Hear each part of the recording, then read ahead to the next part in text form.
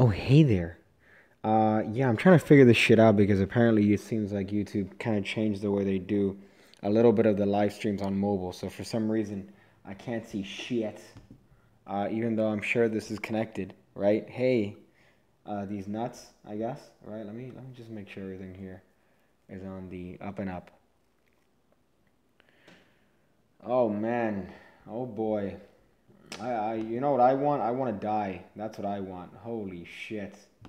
Okay, live stream. All right, okay. Everything good so far. I'm here on live stream. And then apparently nothing. All right, we'll just, we'll abandon the laptop here. So, hey guys, yeah, this is just a little bit of a hot live stream here that I wanted to do very close to the mic because I'm almost at 30K. I don't know if you guys were aware of that. Almost at 30K, so that's kind of an interesting thing. Never thought I'd hit that sort of milestone. 10K was already kind of a huge milestone. So 30K, you guys are fucking killing it. Obviously, thank you to Rise Magic for helping that out with their little thing. But still, fucking killing the game. Almost here. Slaughter 12 says, can you jerk off on live stream? That's for Darkside Phil.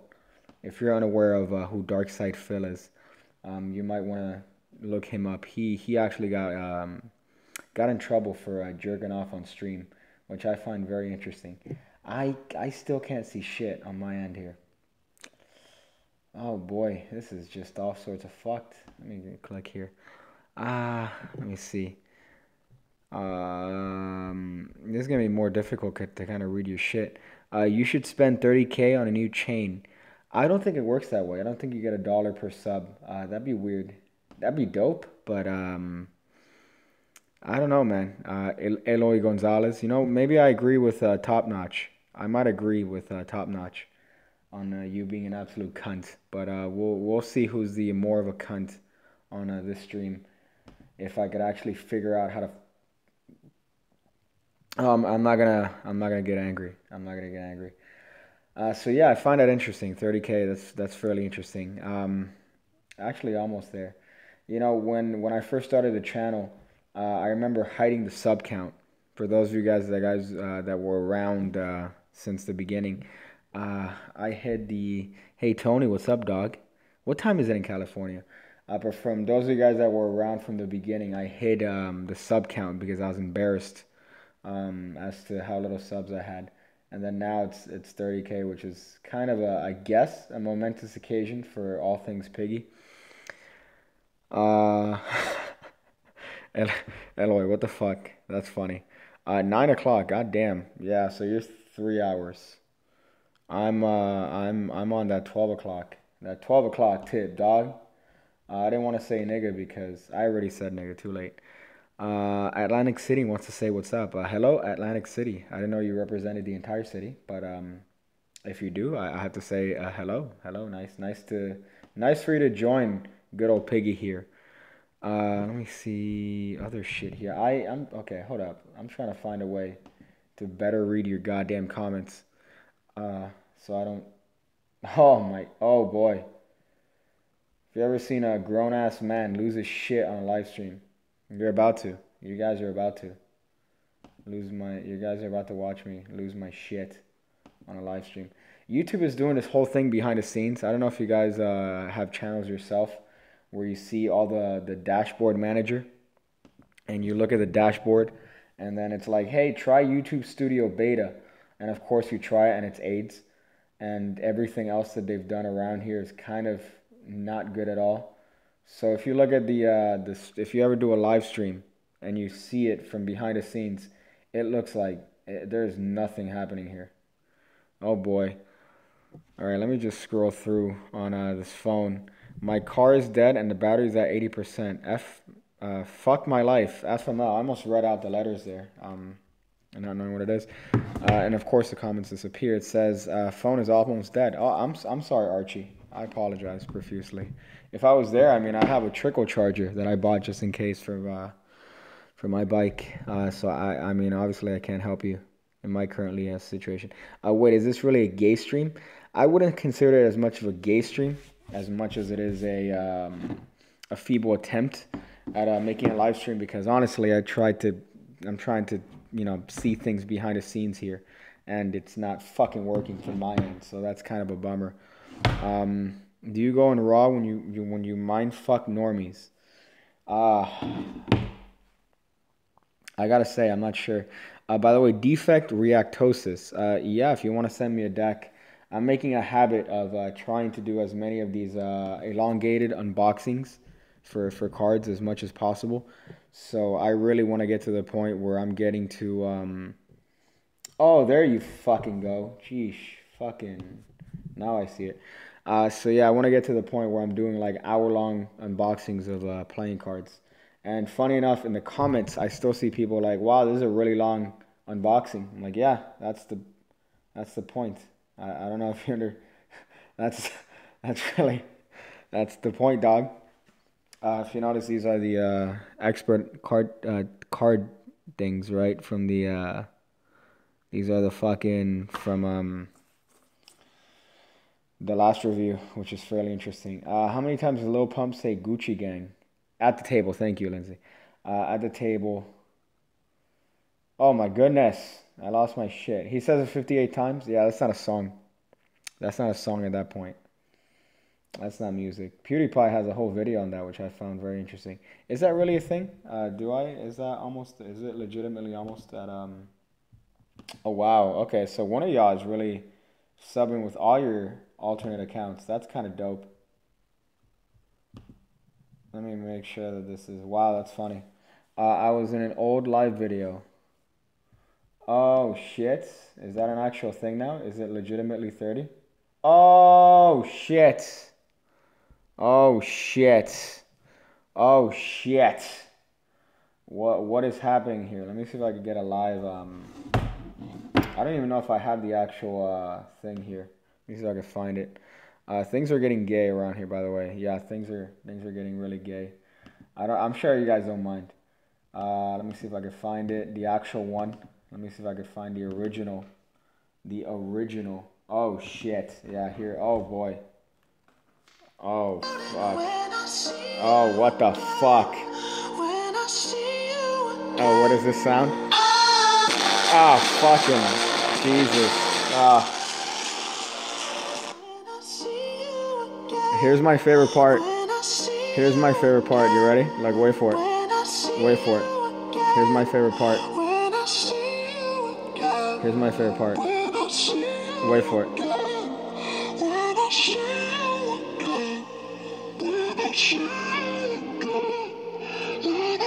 Wait for it. Like, here's my favorite part. What a piece of shit. Seriously, sus boy. Let me just get out of the gay dance party. That's really funny. But yeah, 30K. That's quite an accomplishment. Let me see how many people unsubbed because of that. Oh no, there's 30,003. That's actually really funny. But the first time I heard that song, I died because the drop came out of literally nowhere. So I lost my shit. And it has that because, you know, when you guys, if you guys are the cunts that, oh, by the way, thank you for all the congrats. By the way, thank you guys. You guys are the fucking best. But when I first heard that song, it dropped randomly and I lost all my shit. I lost all my shit when the song dropped. So yeah, are you gonna remember us all now that you're a big YouTube baller? Yeah. I still remember you guys. When I'm here doing lines of cocaine as a official YouTube baller. That's kind of fucking interesting. It's kind of a shame that they don't send you at least like a cardboard, like a little cardboard, YouTube play button when you get like 1,000K. That'd be dope as shit. It'd be really gay, honestly, because a lot of people would be getting little cardboard things. But it'd be like a hey, you know, it'd be like a little bit of a. I'd rub my penis on that, honestly. I should make it. You know, funny enough, there's that commonality in magic when you think you came up with a thing, and then it turns out that it's been in a Marlowe book. But I wanted to do a video where I made my own like cardboard thing, cardboard YouTube fucking button. And then I saw a bunch of videos on people doing just that. So I'm like, fuck. So I decided not to do it because that'd be gay. How much money is in your bank account right now? I haven't checked. This is probably a significant droppage. Or you know what it probably is? It's probably I don't think it's ever been in the negatives. Thankfully, maybe when I was in college, but do a tutorial on stream right now. Oh boy, these comments are getting it hot. Minus 911. That's fucking hysterical. God damn it, Top Notch. This is why I like Top Notch and not Eloy. Because Top Notch comes in with the humor, and Eloy is just coming in with the gayness. Okay, let me see if I could try to get through these answers here, or questions, because some of you guys are asking some hot questions, and let me see if I could get through all of them here. So Ryan Loyal says, congrats on 30K subs. How long did it take you to get to this point? Well, I started the channel in the summer of last year, I think. That should be a good estimate. So summer of last year, I started this channel. To get 1,000 subs, I guess it took a couple months, I guess, maybe 2 months. And then to 10K, it was actually really fast. 20K, it was unbelievably fast. And 30K, it's taken a little bit of time now. But obviously, you know, things like giving away decks help, which is the thing with, what do you call this? Rise Magic that we're doing later today, actually. Hold up, Brandon Price with the hot super chat. Thank you, dog. You want to come hang out? Is that sexual? Are you being sexual right now? I don't know if you're being sexual, but you know what? I'll take it, dog. I'll fucking take it. But thank you, Brandon, for those hot $5. I'm gonna convert those to it can be. Shit got fucking weird, man. But you know what? I like weird. I like weird. But hold up, let me get through this. But thank you, dog. I greatly appreciate those hot $5. I'd suck your dick if you were here and if it wasn't gay. If there was a way to suck dick and it wouldn't be gay, I'd do it. Okay. Do you get any money doing this? Well, I just got $5. That's hot. That's okay. You're the best. Thank you, Brandon. Yeah, YouTube, obviously you get monetization by having ads on your videos, but that is very scarce. So it depends on, it depends on obviously the content. It depends on what you say. It depends on your type of, what channel you're pushing. So it's funny that a couple years ago, toy channels were making, it's CPM. So how much money you make per 1,000 views. They were making $10 for every 1,000 views that they had on videos. So it's crazy, how much that's diminished over the years. So I find that fairly interesting in the back end of YouTube. Congrats, man! You deserve 100K subs. What do you love most about making videos? Matthew Coley. I hope I said your name correctly. I don't want to suck my own dick, but obviously the more subs, the more people are watching my shit, the better. So I find that kind of hot. But thank you, man. Thank you. I do make a lot of cunt jokes. I do make a lot of stupid shit. But at the same time, I do appreciate when you guys actually enjoy my shit and watch my stuff and learn and, laugh at least. So that's always the best thing for me. But what do you enjoy most about making videos? I enjoy the whole process. I enjoy the editing aspect. I enjoy the idea aspect. I enjoy kind of just trying to make them different, trying to make people kind of interested with, I'll tell you guys where the Pigcake name came out of. I'll tell you guys in a little bit. But just because it's 30K, so it's kind of well, I already said in the first live stream, but it was I don't think it's that crazy. But but to answer your question, Matthew, honestly, the whole process, I really enjoy the whole process of editing videos, of making videos, of just, coming up with ideas. So everything is pretty much, and the good thing is that it's kind of a learning process too. So you learn how to edit, you learn how to come up with ideas, you learn about audio, you learn about lighting, you learn about, specific camera stuff, aperture, you learn about exposure, you learn about everything. So it's really a great experience. Piggy, Universal Studios, SeaWorld, or it just jumped, or Disney World. Out of all those, I would say Disney World, apart from Diagon Alley. I'm a slut for Diagon Alley. Thank you, Matthew. I hope you appreciate that answer. Piggy, are you going to continue the pork chop series? Yeah. I don't want to get to the habit where I just start a series and then I end it. I just don't do anything with it. But honestly, I want to do like those little pork chops for people that deserve it. So I wanted to do one for Jabrizi.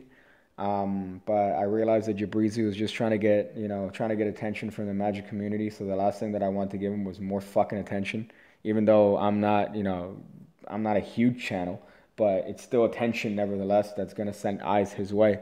So I decided just not to fucking do that. But there's a couple people in mind that I have for like a pork chop idea. So let me. TZH. I hope that answers your question. Tony Perez, it's not about the money cunts, it's about educating. Well, yeah, I mean, obviously, I do want to kind of make a little bit, well, I do want to make this financially feasible, but also, I hope kind of the love for love for Magic and love for the history and theory and basic ideas of Magic, I hope that shines through, even through the dumb cunt jokes. So, but even though obviously the money aspect is still kind of something that I obviously kind of want to increase as I make more and more videos, the education and the kind of making, putting my interpretation of Magic through the tricks on a platform like YouTube, that's 90%, and then 10% is the financial part. So, there's always that. But, to kind of have a channel that I'm proud of is a great feeling. It really is, Tony. Can you teach us how to grow our own cards again? My dick got stunned in the soil. You dropping some old memes top notch. That's some old ass episode 1 meme there. Let me see some shit right now. When did you learn Magic? Mohammed Zaim. I learned Magic in middle school. I started learning Magic when I was in middle school because, wow, I just got 2 super chats. I'll answer yours, you guys, after this one. But I started learning Magic in middle school because some kid showed me, I've said the story before, but he wanted to show me how to levitate. And then I got really pissed when he showed me a really shitty levitation. And then I just pretty much started doing a bunch of, I read the Mark Wilson course in Magic. There was like a whole rivalry between me and this other fucking magician at the middle school. It's hysterical. Gay as shit, but hysterical. And then from that, I just started learning as much as possible. But hold up. Let's hot. Damn, dog. SCV 431 dropping fucking $20 hot on me, bro. Thank you so much. You fucking, again, I would do dirty things to you. So you say, cunt, I'm learning stuff from your basic beginner bullshit playlist right now. Here's my tuition fee. That's very American of you. That is very American of you. Let's see. SCV and Mr. Lin, we're not gay. Well, you know what? I thank you for you saying that you're not gay, because I would have thought you were gay immediately from just you naming 2 very male-sounding names there. But what are you guys doing in Beijing as Eastern Europeans, if you don't mind me asking? But I'm glad, I really want to put a little bit more time onto the playlist. I do have a couple playlists that I think are really, really good in terms of, things that people would enjoy, like my favorite tricks. I have a whole playlist of my favorite videos and my favorite tricks. Another playlist, obviously, for the basic beginner bullshit. I have another playlist. I want to spend a little bit more time organizing those to make it so people have an easier time finding certain videos. But what are you guys doing in Beijing, dog? I'm on my mat. Ooh, damn, man. That is interesting. And what are you getting your PhD in?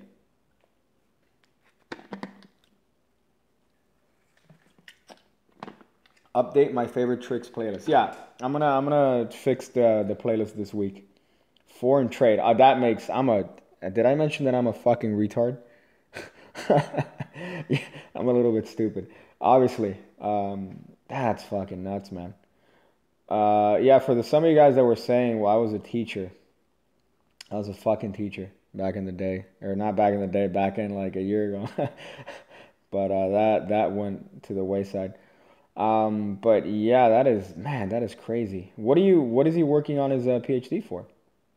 Like, obviously, I'm foreign trade, but um, how, like, what is the actual, what's his dissertation on? I'm interested now.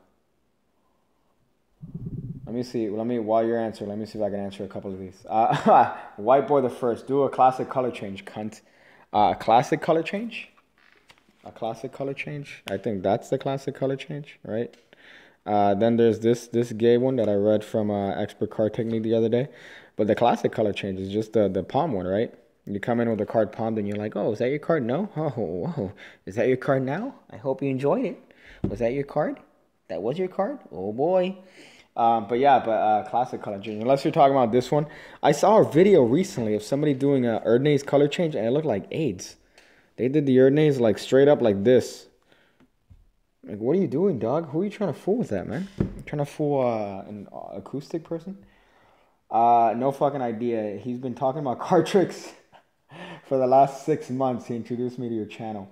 That's fucking nuts. That's funny. I often kind of neglect how many people are watching my videos that aren't necessarily magicians, that aren't just interested in magic. And obviously, I want to make my videos so that they appeal to both crowds. I want to make them so that they appeal to people that aren't just magicians, you know. But it's hard because then you alienate the people that want to learn the harder stuff. But it's, you know, it's kind of a weird balance that I'm trying to find. But hopefully, you know, more people that aren't necessarily super interested in magic stick around just because of the dumb jokes and the stupid fucking cunt humor. But you know, I do kind of assume that most people watching my stuff have at least a little bit of a passing interest in magic, that know basic sleights like holding a deck, you know, even for when it comes to coin stuff, like just basic finger pumps. But it's just interesting to see the people that aren't necessarily interested in magic that just join along. But that's nuts. I'm glad that my channel was one that's like, hey man, here's a channel. We miss headphone warnings. Yeah, there's a couple coming up. Because obviously right now I'm doing a bunch of videos. Like, I'm doing as many as I can on a daily basis. But, you know, if I drop them every video, then you know they're coming. So I want to drop them on just random videos where you don't see them coming. Yeah, top notch. I did. I can't help but not. First of all, there were a lot of things that I liked about that picture. The haircut was a very hetero haircut. Also, the Piggy merch that you were wearing, it was very, very attractive, very sexual. So there's no reason why I couldn't like, I would be gay not to like that picture. TBH. Let me see some other stuff here. Trevor with the acoustic, yeah. Ryan Loyal, I'm a union iron worker by trade and I do the tricks I learned from your videos on coffee and lunch breaks. Maybe one day I could do this full time. What did you do this? What did you do before this for work? Okay, so yeah, so I said that previously. There's a video that I said, got fired tutorial. How funny that I fucking call it. Got fired tutorial. Jeez, I thought I was very clever. But honestly, you know, during that time, it was kind of shitty because, you know, I worked at a school for the past, you know, 6 years, I guess. I think almost 6. And there was a whole conflict with the administration, and then they had to let me go for really stupid fucking reasons. So, you know, during that time period when I started the channel, I was obviously I was bouncing both. I was being a teacher, and then I was making videos on the side, obviously. I wasn't making as many videos because, you know, sometimes you get caught up, you know, doing stuff. But as far as these... you know, now it's obviously less, you know, I have more time to make videos, obviously, so I'm kind of investing myself full time into making videos and trying to make as much content as I want and trying to build the channel up into something that's, you know, ultimately successful. But, you know, I kind of do miss that aspect of teaching, honestly. It's a great job, so it kind of sucks, but, you know, shit happens. But yeah, so Ryan, that's what I used to do. TBH. So you know a little bit more about Piggy here.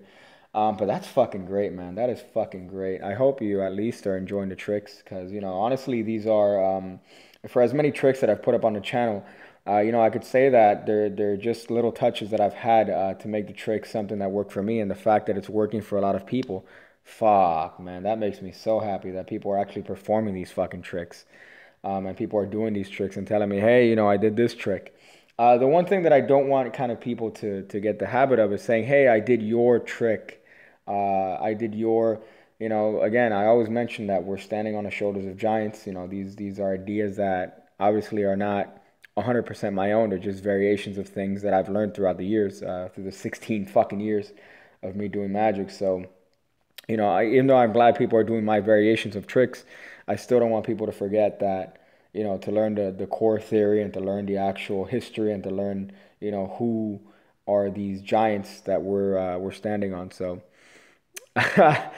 uh, are you a giant? Remember, you said you were 6'4" in that one video. Yeah, I'm 6'4". Like, we'll go with that. We'll we'll go with fucking that. I get asked about my Pigcake hoodie all the time. How do you answer if I'm admitting that I'm a cunt amateur magician? You say, hey man, he's a YouTuber. He's a fucking YouTuber, dog. He's a fucking world's most cuntiest YouTuber. Rob, unfortunately, people aren't gonna understand. By the way, that's sarcastic. I'm not tall. I think people have called me out on how short I am in the comments. Just thought if you made a DVD of a bunch of tutorials, I would totally buy it, bro. Well, I think I mentioned that in a little video, like the little thank you video that I put a couple, what do you call this shit? I put a couple days ago. My ultimate goal when I was younger was to be able to make like a magic DVD, to have like a magic product that people would be able to like purchase, and I would be able to say that that's my own and be proud of that. I think I've done that with the little downloads that I have on the website. Obviously, I think the ultimate goal to make like a full-fledged production value DVD. But at this time, I don't think I could be able to do that and deliver to the quality that I want. But I mean, obviously that's something that I would do down the line, which would be dope as shit. But fucking DVDs are kind of being phased out, which is fucking weird as shit. If you want to find a DVD, the fact that you have to use like for me, I have a Surface 4. I've seen a lot of people with Airs. I've seen a lot of people with MacBooks. To get a CD drive, you need to get like an external drive, which is hysterical to me. Hulk 30, thank you, dog. Thank you for the congrats on the 30 hot K. It doesn't equate to my penis size, so it's only my sub base. But one can only wish, right? Let me see. I need a Pigcake sticker to slap on my dirt bike. Damn, boy, you are white. You are white, man. Fuck, that is hot. Pigcake, where did you learn the stuff that you know about magic? There's a lot of different, obviously, resources. When I was growing up in magic, there wasn't YouTube. There wasn't anything like this at all. It's not, when I started learning magic, it's not that the internet wasn't around. It's just that you're not going to get 25 kilobytes. It's like, dude, you got broadband, dog? You got like a megabyte up? What are you paying, $1,000 a month? That was the internet that I grew up with. So, you didn't necessarily have the internet as a resource. As a matter of fact, I think I mentioned on one of the older live streams, one of the first times that I looked up magic on the internet, I ended up finding gay porn. Like it was fucking horrendous. T1, dog, Lindsay, if you remember, the 1 megabyte up was like $1,000 a month, pretty much. To get 1 megabyte up, it was ridiculous. 1 megabyte up and 1 megabyte down, obviously. But I find that very fucking funny. That I said that when I was looking for magic, I found gay porn. These two guys like doing. It was I remember one guy getting a silk out of the other guy's dick. That's what I remember looking at, like a picture of that, and I'm like, I'm never looking for fucking magic on the internet ever again. So that was my first experience looking for magic on fucking line. Jesus. I'm practicing stuff from your videos, riding on a subway to a part-time job every day now. Chinese dudes are impressed. That's fucking great. That's great. Hey Piggy, I just finished reading Royal Road to Card Magic. What would you suggest? I always suggest Expert Card Technique. I really do. I fucking love Expert Card Technique. That's the first advanced book that I got. Um, as far as like creatively, I think the book that has helped me out the most creatively is Art of Astonishment. The Art of Astonishment series by Paul Harris.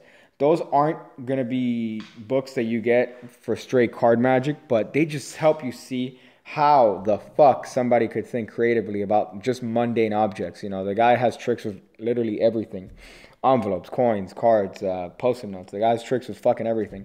And then there's a lot of essays throughout the books that kind of inspire you creatively. So that was kind of what helped me out creatively the most. But in terms of technical skill, Ryan, what helped me out a lot was Expert Card Technique and reading through it, because it could be a boring book, but once you've read it, like I have, that I fucking memorized that book. There's an underlying humor to it that I'm like, oh, this guy's actually fucking funny.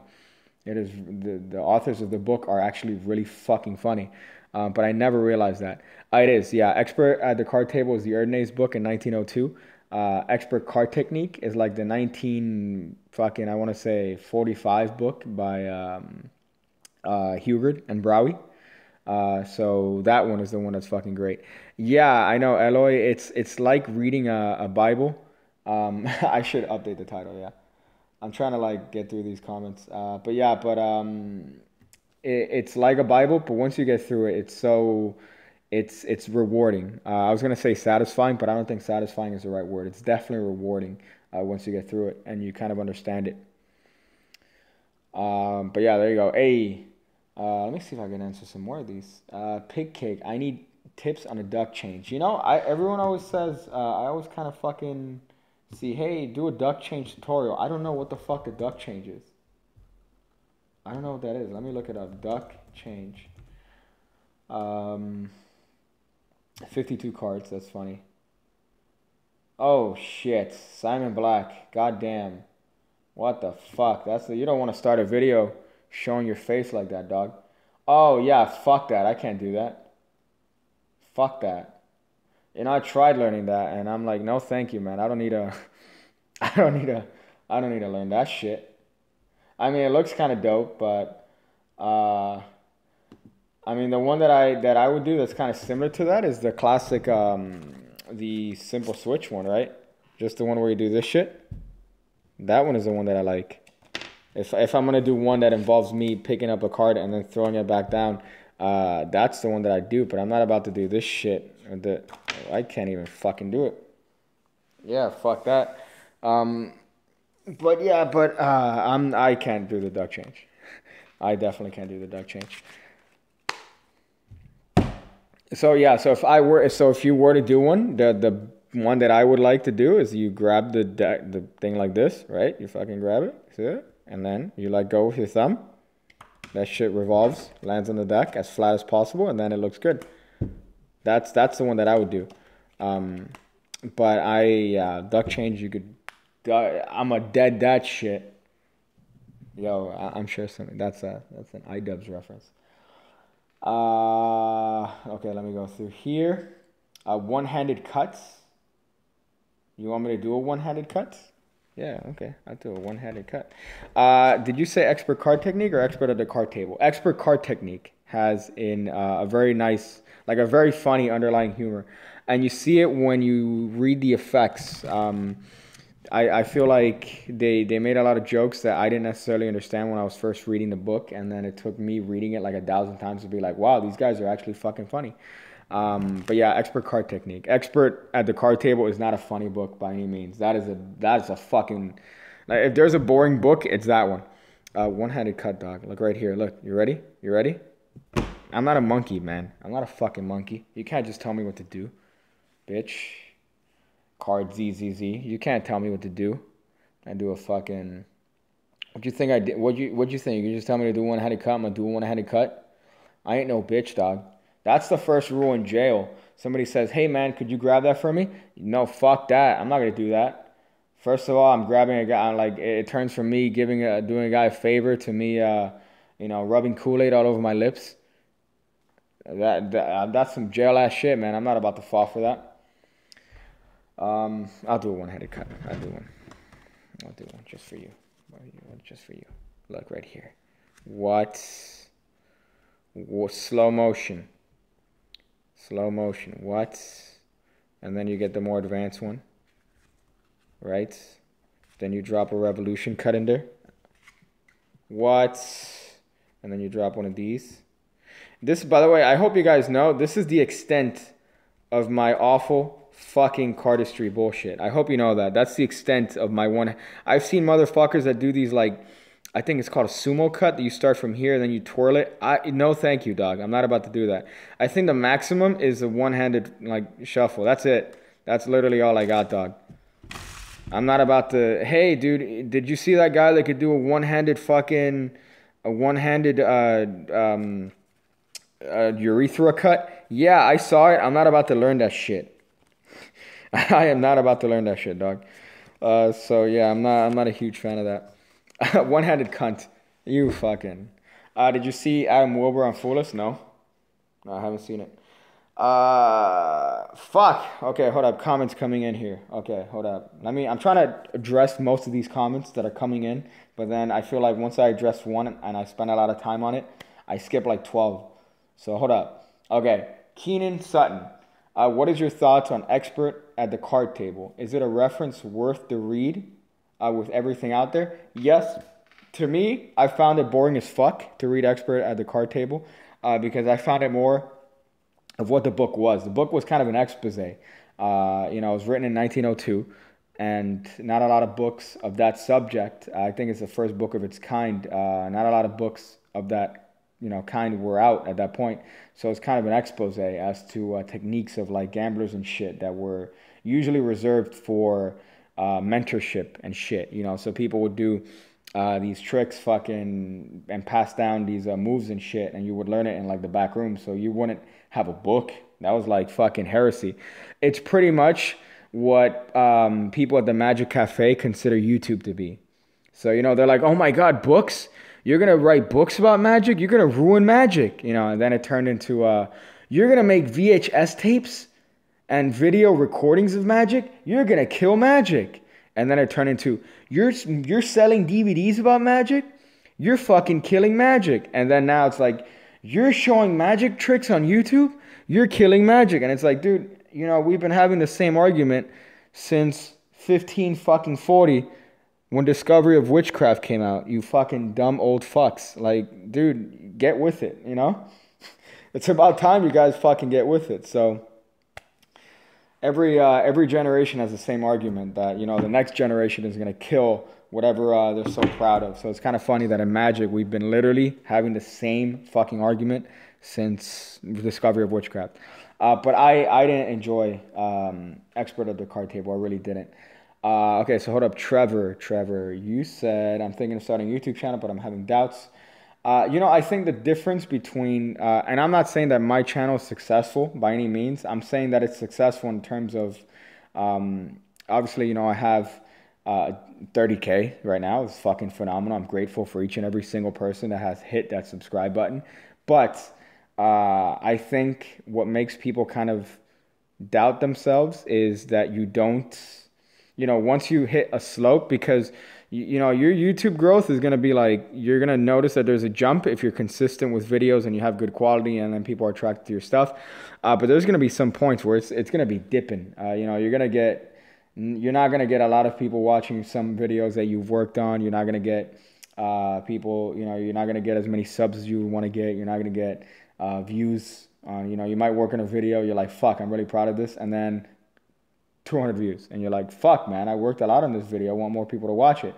And I think you're going to have to, you power through that. So you're like, fuck it. It doesn't matter. You're going to keep making videos and you're going to keep trying and then hopefully, keep at it. So I think consistency and power through pretty much, don't get discouraged by seeing the numbers. Just, try your best and mind the lighting, mind the audio, mind the actual quality. You know, the thing is that I see too many of these fucking channels that are like, hey, dude, check out my channel. I look at the channel and it's like a dude in a bed, and it's a camera that's like, the camera's like this. It's like half covered. It's like, hey, man, hey, guys, welcome to... By the way, the intro, the first 5 seconds, is like dub zap. It's the same fucking bullshit dub, fucking Skrillex shit that I use to make fun of cardistry. It's that same one with like a Fiverr sort of template. And then it cuts to like a 240p camera, you know... And it's like, dude, come on, man. You know, you could, with a phone, you could do a lot more than that. You could do definitely a lot more with that. So, you know, just mind those things, but also have something to stand out. That's always my advice when people are asking me, hey, man, how do I start a YouTube channel? What do I do? You want to do something that you love doing in a way that stands out. You know, hopefully I think that I do tutorials and I do things that in a way that stands out. You know, I haven't necessarily seen... sort of, you know, fucking magic tutorials done with cunt jokes, honestly, you know, honestly. So, let me go through here and read the comments that I've missed here. Love your hot vids. Thank you, Jose's Geckos. I appreciate that, man. I'm glad you like my shit, dog. Favorite non-magic book? You know, honestly, I'm gonna out myself here, but I fucking hate reading. I really fucking hate it.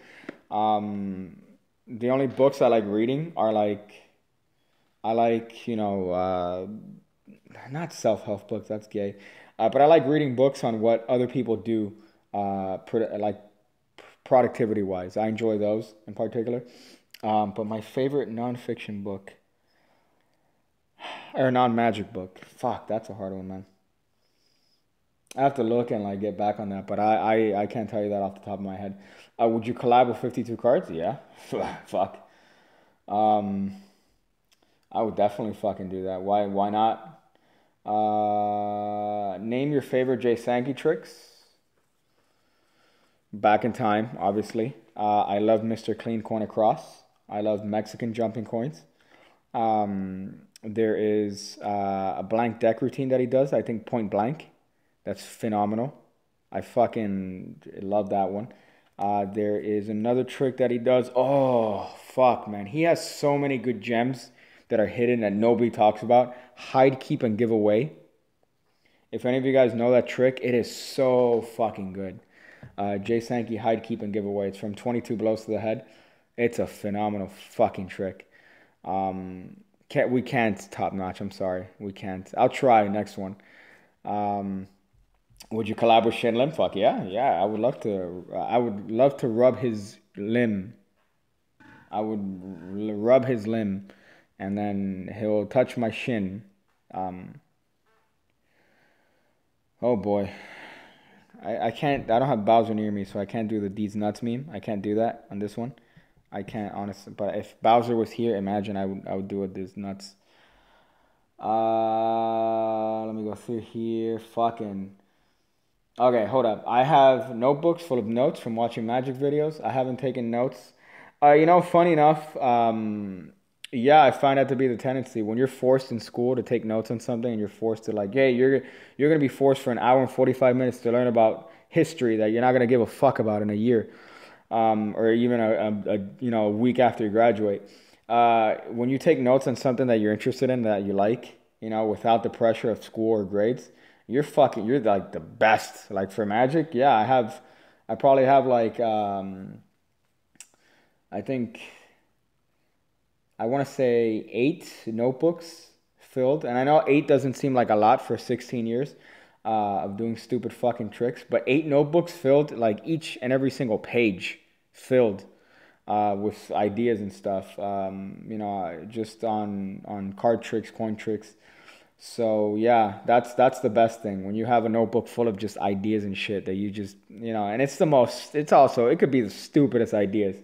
I have like, fuck, there was one that I read the other day that I'm like, this is AIDS.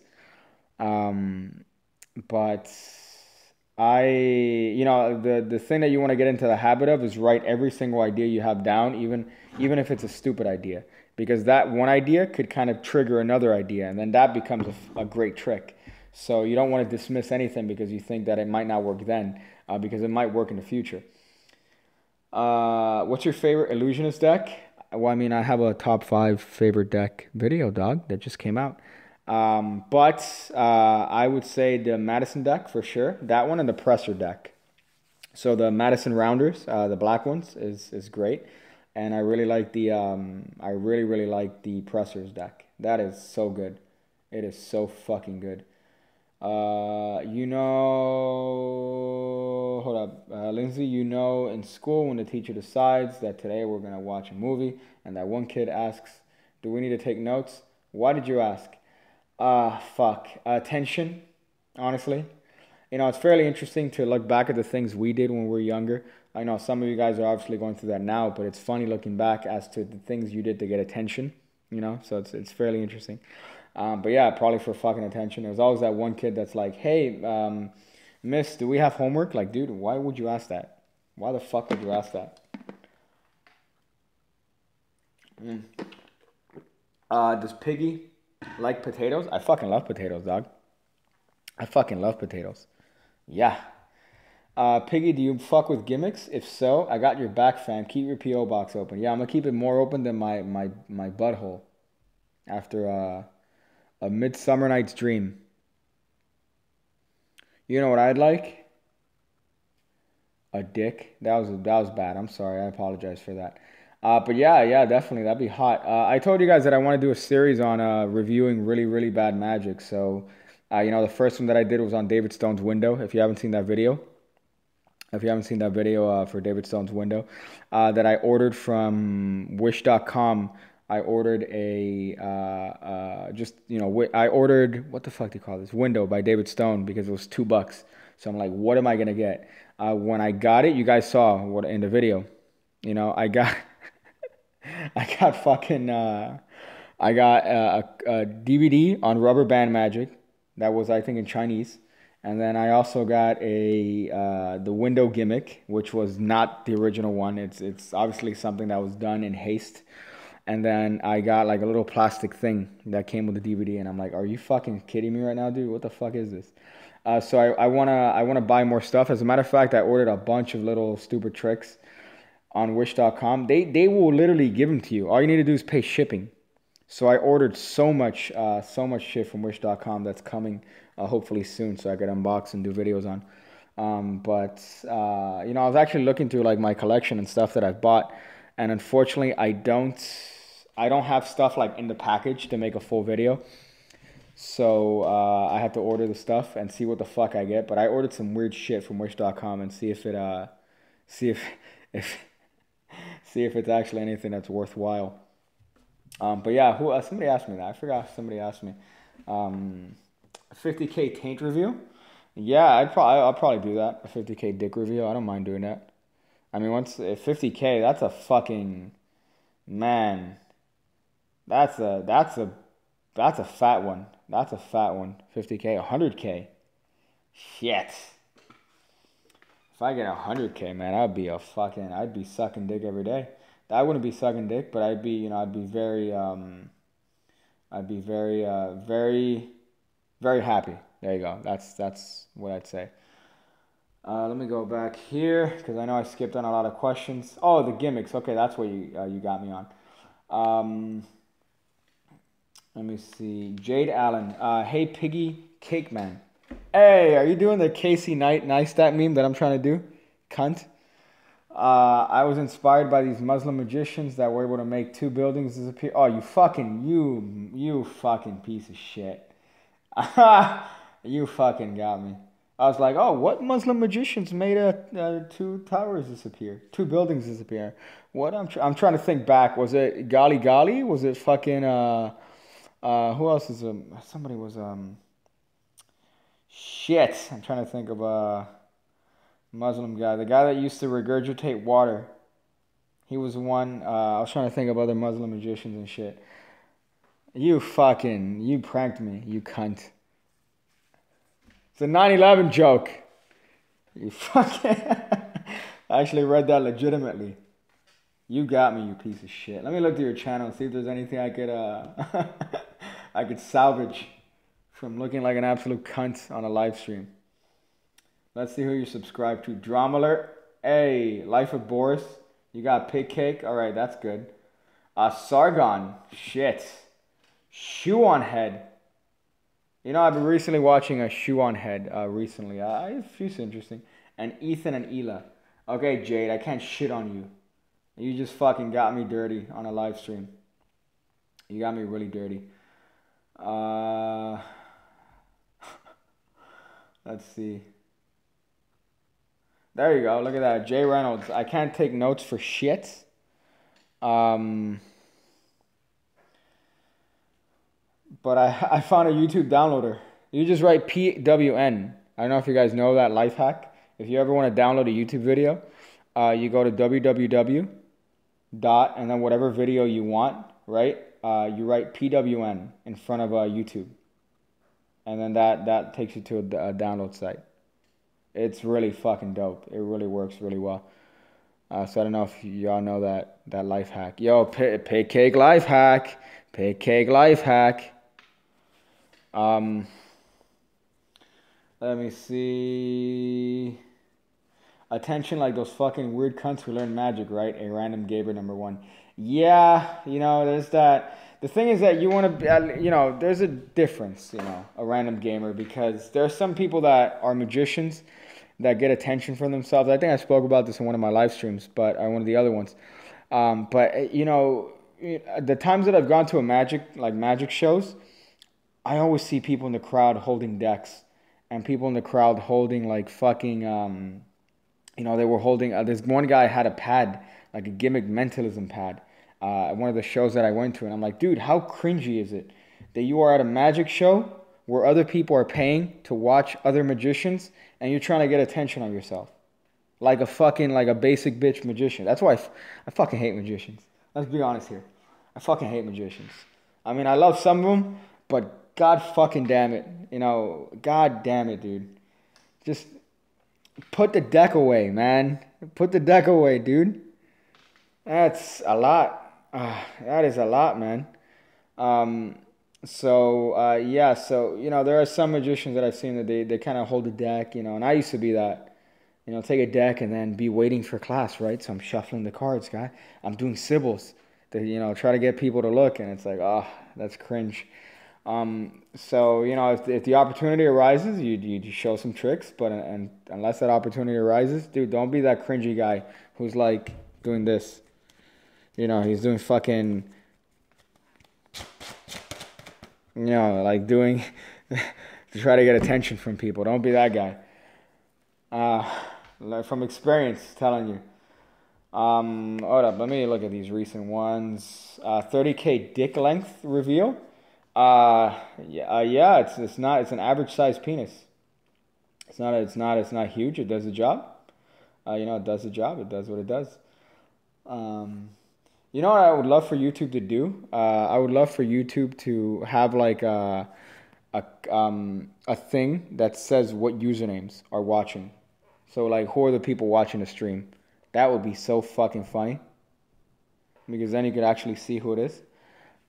Dick girth reveal. You know, I haven't measured my penis, but it's a decent sized penis. TBH, it's like a normal sized penis for my height. So, you know, whatever that means. Yeah, I mean, it could be 5 inches. I don't know if fucking it could be. There you go. 30K dick reveal. Got him. Click participants in the top right.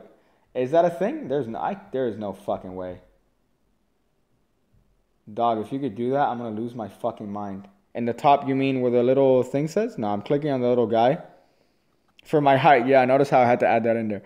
Yeah, you can't see who's watching your stuff. You can see how many people. Like right now, it's what, 40, it says 44. I have 5 people on Instagram. But yeah, but it doesn't say who.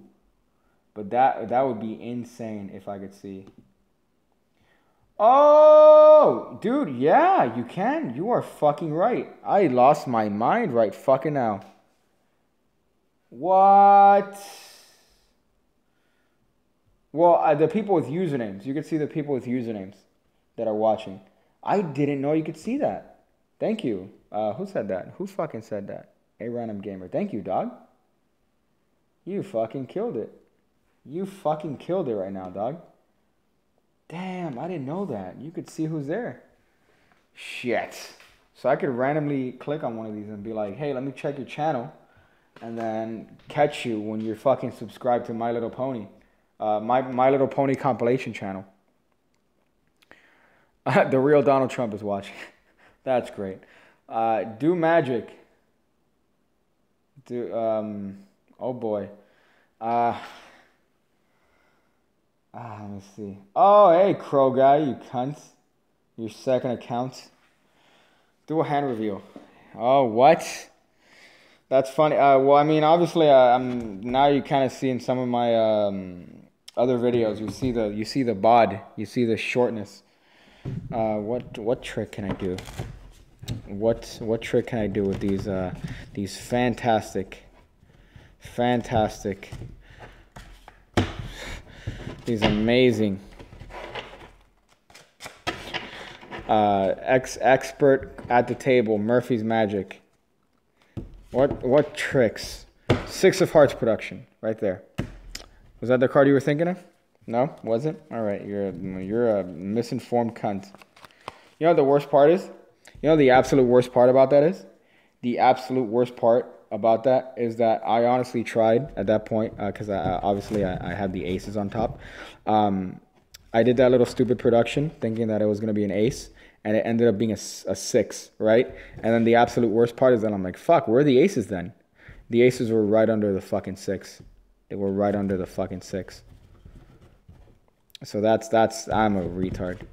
I was gonna do this whole hot ace production.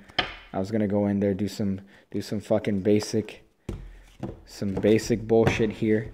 Drop one of these, and then one of those, and then be like, oh, what? I found the aces out of nowhere. But then, you know, that obviously went to hell. That went to hell. So you know what? Fuck it. We'll do it live. I'll write it and we'll do it live. I skipped a bunch of questions here. Okay, did you buy the Madison blanks? No, I'm not a dumb retard. Galazi. I already have a deck of blanks. And that would have been a dope ass twist. I just do this and they're all literally like not mixed. That'd be dope as shit. You did a flick in your recent videos. Oh yeah, I'll do a tutorial on that. I'll do a tutorial on that later.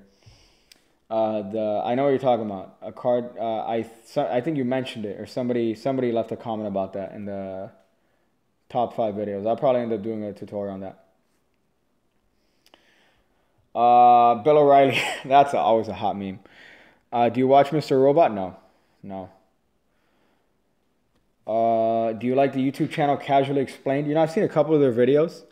And a couple of his videos. Yeah, I like it, but I'm not like subbed, and I don't really follow them too much. But of the videos that I've seen, I really, really do enjoy it. I find it really fucking funny. Please teach us social dynamics. God fucking damn it. That is too much. And then Eloy Gonzalez here with the chime. Do you learn social dynamics from Jarrad 120? Yeah, social dynamics meaning do French kiss, do that trick, and you're going to get pussy. That's the way you do it. You have somebody pick a card, you have them sign it, which right off the bat, I don't know if you ever fucking tasted marker, but it tastes like shit. So you encourage somebody to stick a card in their mouth, you stick a card in your mouth, you make out with them, and then you show them that the card changed places. I think that's the gayest, straightest trick I've ever heard in my entire life. Like the gayest, straightest trick in my entire life. Because yeah, you're kissing a girl, but you're doing it in the gayest way possible. Like, let's be honest here. Let's just be a little bit honest. Piggy, what bar is Jarrad 120? Is that a joke? Is that going to be a joke? I feel like it might be a joke.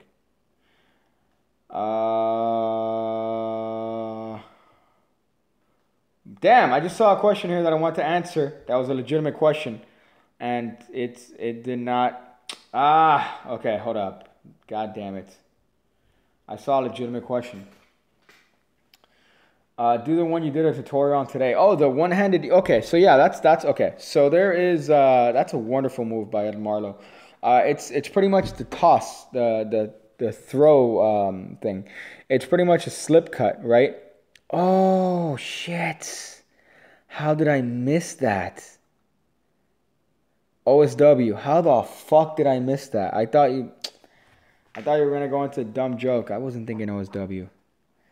I wanted to buy one of those shirts, by the way. What bar? What bar is Macho Man? But yeah, but that cut is a fucking wonderful one. It's in the Cardition, one of Marlowe's old books. They made up with a DVD. They made they made a VHS of the book, I think, called The Cardition by Ed Marlowe. Such a good fucking, good way to see, Marlowe at work. God damn, what a fucking great thing. But the Cardition, that move came from that. And as far as the actual trick itself, you don't have to necessarily do that trick with the way that I did it in the video. You don't have to do it in the way that I did in the video. I just wanted to have a little bit of a twist so that you're not just finding the aces. You're not just finding the aces. You're finding cards that would lead you to the aces. So I found that a little bit of a twist. But that's a wonderful move. But that's all Ed Marlowe. That is all Ed fucking Marlowe, dog. But who said that? Somebody said that today. Oh, Grant. There you go. So yeah, but that's a wonderful move. I really, really like that. Marlowe, man, fuck, he came up with so much good stuff. That's funny. Hi, I'm a 21-year-old, 5'4" male looking for a woman who could suck my toes. I mean, good luck with that, man. You do you, dog. Mink shot, yo. Let me see the participants here. Now that I could see who's on the chat, I'm actually interested in seeing like who's on that. But it doesn't show everyone, which is kind of, it's not, I wish it showed everyone. That'd be dope. Because I know Miss Mag has dropped by a couple times, so I'm like, oh damn. What's the deal with Adam Wilbur on Foolus? Good or just selling product? That's happened a lot on Foolus, honestly. I don't know if you've seen Foolus from years and years ago. But there used to be this nice little trend that would happen where you would see a magician on Foolus, and then the next day, or even the next week, or even as close to the next day, they would be selling that same trick that they did on Foolus. So I guess that they're doing the same with Adam Wilbur. I imagine it's a great thing, to be able to duplicate a signature. How many fucking tricks can you do with that? You could do so many fucking tricks. You could do build to impossible location, pretty much. Obviously, I think you might need a stooge for that. But you can do a lot of things with that sort of concept. I do think it's a little bit overpriced, but I think they're trying to push away amateur. They're trying to push away everyone from buying it. They're not trying to make it available for everyone, and they're trying to make a lot of money. So that's fucking illusionist. William Layton, check your snap. I can't without exiting the stream, dog. I can't check it without exiting. Do you know Marlowe's convincing control? Yeah, I don't like the convincing control because my favorite way of kind of doing that same concept, because for the convincing control, you have to keep the card aligned very well. And then there's always that off chance that you might get that little flash right there that I've never kind of enjoyed. So what I always like doing it with something known as the Solomon slider principle, which is based on Dave Solomon. Dave Solomon was, I think, he's still alive. He's one of Marlowe's kind of students, or, he was very close to Marlowe. So he kind of came up with this idea of when you're doing a spread call, you have a slider card, right? So that it makes the other cards that you spread call that much easier to call. So that's called the slider principle, right? So if you have a slider card, in this case it's this one right here, you have a card picked. In this case it's the 3 of hearts. Because that slider card, is very easy to drag that card back, right? So if you have, let's just, for the sake of explanation here, we have the Queen of Spades as a slider card. Somebody touches the card. In this case, it's going to be the 7 of diamonds. It's very easy to fucking, as you're turning this card over, slide it in, right? And they're going to assume that this is the card that they just touched. It's not, you know, it's the card that you switched. So their card's going to be in the bottom. But that's very easy to do. Obviously, this is kind of a hard way to do this. But this it's a very easy way of doing the convincing control without having to, you know, worry about that flash. Also, on this channel, one of the first things that I taught was my variation on a control and a force. Something that I like very, very much. It's like almost, I don't want to say a self-working convincing control, but, you know, you show the card, the 8 of hearts. That card gets placed here. That gets placed here. You know, squared up, and then that card is obviously controlled to the top. That is one of the first things that I taught under the context of doing it as a force and a control. So you might want to look up that video. Look up Pigcake, force, and control. I think it was, if I'm not mistaken, something like you have a card touched. You tell the spectator, you ask them, are you sure you don't want to change your mind to any of these? Okay, take a look at the card. Don't forget it. And then that card is controlled, you know, and that sort of shit in that same action. So look for that tutorial. It's Pigcake, force, and control. So it's literally a card. It's a force and a control done in one action. So yeah, I hope that kind of hit your shit. Cool magic form. But what's your? I'm not gonna tell you my name, dog. That defeats the point. Let me see. Are you gonna get an inner finger tattoo and join a secret magic club? No, you know, I think I'm gonna be a lone wolf pig cunt, at least for the foreseeable future. I am from Japan. Good to have you, dog. I don't think I have a lot of people from Japan. I don't think I have a lot of people, you know, from Japan. I know that I see my analytics every once in a while. So I do have some people from the continent of Asia. But unfortunately, I don't have, you know, I don't see specifics in that. So that's fairly fucking interesting. Trevor Barber, favorite mentalism effect that doesn't involve cards. I've already kind of, you know, talked about a trick that I haven't come out with yet. Or I'm not gonna anytime soon, but that one is my favorite mentalism bit.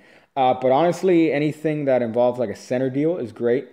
Name and place is a fucking wonderful trick. If you look up Bob Cassidy's name and place, such a wonderful trick. Design duplications, you know, there's a bunch of those that are phenomenal. But yeah, but those are all great. Those are all definitely good. I hope that those kind of help out. But, you know, anything with a center deals or center tear, sorry, is great. Let me see. What's your favorite transition? My favorite transition, I would say Star Wipe. I really like Star Wipe. Star Wipe's kind of dope. That's fucking hot. You know, there's nothing that says professional than Star Wipe in a video. Michael Bush, tips on making Triumph look better. Well, you know, is there seriously somebody named Karibo on the chat that asked me if I cheat at Yu-Gi-Oh? Yes. Yes, I do. You useless card. Karibo's a useless fucking card. Okay, so tips on Triumph. Okay, so I have a couple Triumphs on the channel itself. I have a couple Triumphs. The one that I like the most is the one where the spectator picks a card, right? They pick it.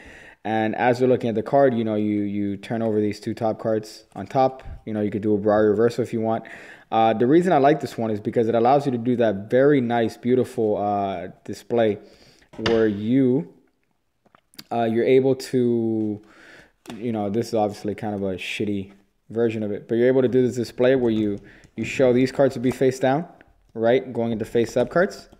So, you know, you don't want to overprove the fact that the cards are going face up and face down, but you want to do it in a way that's kind of contextual to whatever sort of Triumph routine you're doing. So it really depends. Are you doing the classic Triumph from Stars of Magic with Di Vernon? You know, I think you just mentioned something about a Triumph that's... oh, yeah, okay. So, yeah, one of the first things I put on Triumph was on... on Patreon, sorry. One of the first things that I put on Patreon was that color-changing Triumph. Because I really like that method a lot. The other method that's for some reason people don't seem to like is the one it's literally the fucking easiest thing you could do. You have somebody pick a card, right? You ask them, hey, how fucking, okay, so you pick the card. Let me ask you this. If I turn it face up, would it be very easy to find your card now? They're going to say, yes, it would be easy. Okay, all right. Well, how about if I mix the cards face up and face down? Is that fucking, obviously this is the worst angle, but you say, how about if I mix the cards face up and face down? Would that make your card harder to find, you dumb cunt? Would it? Okay, because now you have face up cards, you have face down cards, you have cards going face up, you have cards going face down. But I'll tell you what, why don't we just do it the easy way? Why don't we just go, see, because now all the cards fix themselves apart from that one card, which makes it very easy to find, you know. So that trick, obviously, it's awful. It's not awful, but I did it awfully there. I think I've taught that a super simple triumph or like a super easy triumph. But that's literally, you have a card picked, you know, you ask them how fucking easy is it to find your card in this case. You know, they're going to say, very easy, and you go, okay. But if I mix the cards face up and face down, it becomes infinitely harder. And you're literally doing the fucking, damn it, why, it's fucking, I'm an old man, it's late. You're doing the Tenkai reversal. There you go, that's what it's called. You're doing a Tenkai reversal to kind of show it off there. But you're literally doing a Tenkai reversal with the card that you just turned face down. You know, so it's literally the most simple fucking triumph you could do. I have another triumph that I already filmed. I already edited it, and it's gonna go up on the channel soon enough. But that one, you know, that's just the simplest thing you could do, and it's just covered by story. You know, it's covered by the idea of you being able to find a card now face up. Oh, how about if I mix the cards face up and face down? Now it's harder, right? You know, so that's just a little idea. It's just a very simple way of doing a triumph, but, you know, I think that a lot of people dismiss that because it seems a little bit bold, but it's not. It's not. You know, the Tenkai reversal is a really strong move. I'm glad Top Notch ejaculates to that display, that triumph display. Let me see. Jose's Gecko says, let's get right into the news. Fuck that. You know, I actually haven't seen a Keemstar video in forever. I haven't seen one of those drama alerts because it's just all the same shit now, man. It's all the same shit. Oh, fucking, what did Rice come do today? Oh, who did Jake Paul disrespect today? You know, so it's like shit. So I still subbed, but I haven't seen a Keemstar video in a long time. What's my testosterone level?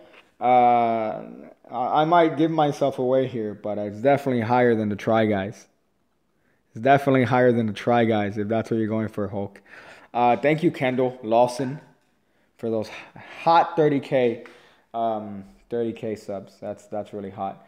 Carbonaro effect, you know, I really haven't seen a lot of that. I don't think I saw a lot. The most I saw about it was probably probably 2 minutes in passing. So I didn't, I definitely didn't, you know, have any sort of ickling with that show.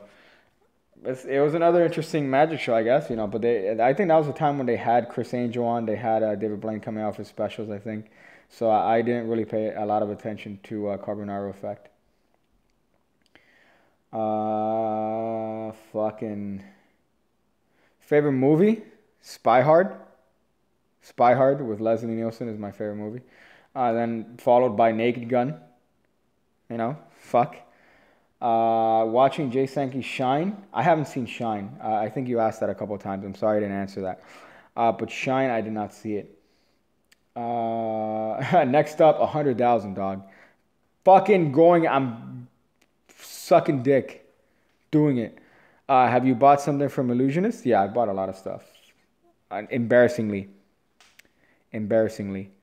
Carbonaro effect is only the last 2-3 years. Yeah, I know, but I remember when I first kind of saw it being advertised, I kind of skipped it up. If you were a card, what card would you be? Celtic Guardian, cunt.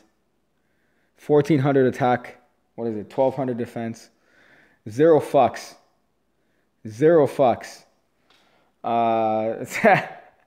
Thank you. I appreciate the love, Hector from Taco Land. Let me see some shit. Let me see some shits. Okay, I think I can answer recent questions now. Do slow chat. Is that a thing? Can I do slow chat? No, I mean, I think this is as slow as it's gonna get. Nice Yu-Gi-Oh joke. Yeah, that kind of shows a little bit about how much of a cunt I am. I mean, I fucking, if you show me a Yu-Gi-Oh card now, I'll be like, how? But I used to play back in the day. What's your favorite card to impossible place? That's a great fucking question. That's actually a great one. You know, there's always Angle X is always a really fucking good one. It's not necessarily a card, but the corner. You know, people would it's a great easy trick, Angle X, to do that, or Angle Z. Sorry, not Angle X. I'm fucking retarded. But card to impossible location. You know, the best ones, I think, in my opinion, are the ones where it's more subtlety than method, I guess. I don't know if that answers your question, but the ones that are more subtlety than method. So it's not necessarily all based on, you know, execution. So, for example, to give you an example, Richard Osterland has an amazing one called Miracle Flying Cards, right? Where he's able to get, like, I think 4 signed cards to 4 different places, you know, and apparently impossible locations.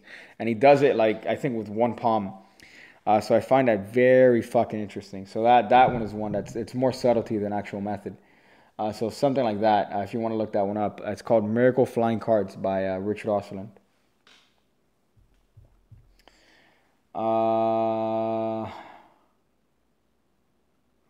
Let me see. Favorite second-born son. Second-born son. Fuck. I'm trying to think of... Wait, slow chat adds a cooldown before we can comment again. Oh, okay, that makes sense. Yeah, let me see if I can figure that out. But hold up. Before that, because I don't want to fuck around with the settings now. Info and settings. Okay, so let me see if I can fix that. Info and settings, 30K almost. Hey, I could actually fucking change it. So I could go 30K and then change it to yay. How fucking... That just made it as gay as possible. Live control room. You know, I can't change that particular setting while I'm already on a live stream, so I'd have to wait till I'm done to change that setting, Michael, unfortunately. Favorite fast food? Fuck, dude. I'm a fast food slut. I am a fast food slut. Grant, yeah, I do have a P.O. box if you look at the description of most videos. But I'm a Taco Bell fan. I'm a fucking Taco Bell fan. I'm a BK breakfast guy for life. BK breakfast for life. But the thing is that you can't have it. You can't have that shit on a regular basis. And if you do, that better be the only thing you eat all day, dog. That better be the only thing you eat all day. So if I'm feeling particularly spry, I'll get a BK breakfast. You know, get those hash browns, which I'm just going to hit that up tomorrow. As a matter of fact, now that I'm reminded. But I won't eat anything the rest of the day. That's pretty much, that's my calorie intake for the entire fucking day. But yeah, I got to say, BK breakfast, dog, number 1. Taco Bell. So, next video. Shit. You'll find out later today, man. You'll find out at 2 Eastern, right? I guess that's when I upload. But it's probably gonna be I don't know what video I'm gonna put up. I'll figure it out. Where can I get an M ring like yours? Well, like this one. Look it up. Look up M ring, and you'll find it on Google. Let me see. Oh, no. I'm gonna say tomorrow in the video who because tomorrow, actually, now that you fucking reminded me, which is great, thank you. Tomorrow I'm going to put 2 videos. Well, actually today I'm gonna put 2 videos. I'm gonna put the usual video, and then I'm probably gonna do a pig alert. Because, you know, I said in a couple videos ago, that if you leave a comment, I'll give 3 people 3 downloads, you know, so I'd hit you 3 people with 3 of the downloads from pigcake.me. So I'm going to do that on the Pig Alert, and then push people to watch Rise Magic's videos where they say who won the decks. So so today I'm going to drop 2 videos. So there you go. Who asked me that? Somebody asked me that. FIUW, few. So there you go. I'll do that today. So look out for that shit. 12 p.m. Eastern. Like a cunt. Is it ass 1 o'clock in Florida? Yes, unfortunately. In America's penis. The first trick I learned from him was the ring and headphone trick. Probably one of my favorite fucking tricks. You know what sucks? Obviously, you know, no, I'm not the first magician or first one by any means to do tricks with headphones and rings by any means. But, you know, those 2 little things are combined. I haven't seen that before, which is why I didn't have a problem putting up the video, even though it's 2 really old moves. You know, I think Earl Nelson goes to him. Somebody fucking put a video of somebody got a video to hit 1 million views with that trick. And let me link it to you guys right now and see how many people leave the live stream to watch that video. But let me show you guys how fucking shitty is this motherfucker. And the date matches up. I came up with this video, you know, before his video. I think a month before him. And then he got 1 million hits on his. But his is like a, hey, top 5 fucking, you know, one of these cancer videos. Let me see if I could find it here. I hope I could find it. Son of a bitch. Ring. Cunt. Copied? Son of a bitch. I even left a shitty comment. I'm like, you fucking cunt. Let me see if I could find it here. But this guy straight up copied the same trick, the same idea, using it with headphones, using it with a ring. And, oh, I'm a fucking dumb cunt. I'm here looking at all the comments. It's on the, okay, hold up. I'll leave the link here right now to this fucking guy that got 1 million hits. Pretty much doing the same trick that I did. Fucking cunt. Where is this? Did they take out the... They did. What? Did they take out the thing where you could comment on somebody's channel? I think they did. No fucking way. They took it out. They changed it for like the community page. So I can't fucking see it anymore. Son of a bitch. But yeah, but somebody pretty much copied that video and they got 1 million hits on it. So I'm very fucking jealous. Very fucking jealous. Ring, headphones, trick. Let me see if I can find it. But yeah, but I'm glad you enjoy that trick. That trick is you know, it's a great one. Let me see if I could find this cunt. Well, actually, now that I see it, there's another one here that even has the same thumbnail. Welcome back to my channel. So in this video, I'm going to be teaching you magic trick with a ring and an earphone. So let's get into the video, guys. Okay, but at least not doing the Pigcake cunt humor. Son of a bitch. Is this what I have to do now? Fucking motherfucker. Police this shit. But yeah, but I can't find the video now. But this motherfucker did the same video and pretty much got 1 million hits on his. So I'm like, you fucking piece of shit. Please talk about why you walk like a penguin. That's really funny. You know, somebody mentioned that in the videos that I stand weird. I don't know, man. That's just the way I stand. You know, it's just the way I stand. I stand in that V sort of fucking shit. I guess it's because of my lack of height that I stand absolutely retardedly. But hold up. Now I want to see this video because this guy has the same thumbnail. Only he has the cancer emoji. That's kind of fucked. God damn, boy. I should look this up. I should look up videos of people to see if they could, if you know, people doing shit. Oh, what the fuck? Hold up. Hold up. What's up, guys? How's it going? This is me on this one. Hold up, my nigga. Hold up. Did I just find some? Oh my goodness. Hold up. Let me see if I can find this trick. If this is the same trick of what I think it is, I'm going to lose my shit. If this is the same trick. Oh, you cunt. You fucking cunt. Oh, you fucking absolute cunt. Hey, you fucking cunt. That's my trick, you piece of shit. Hey, what the fuck? Hey. Hey, you fucking copy my shit? What the fuck are those? This. What the fuck are those?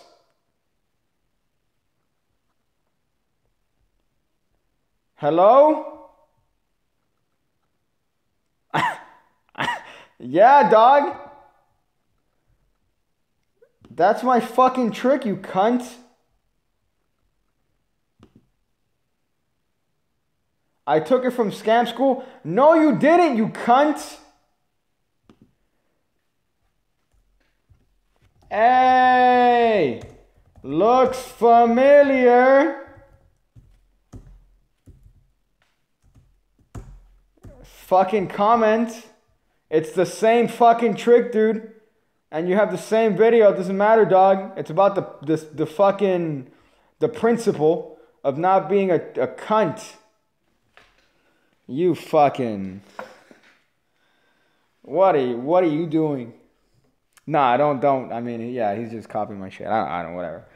But it's just fucking, you know, it's like, shit, man. Like, come on, dog. You know, like,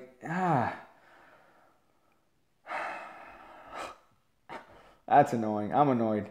I'm sorry. I'm like trying not to be annoyed, but I'm annoyed. You know, the thing is that, again, it's a high combination of ideas, dog. I'm not the first to say that I'm the first one to come up with tricks with a headphone and a ring, you know, whatever. All right.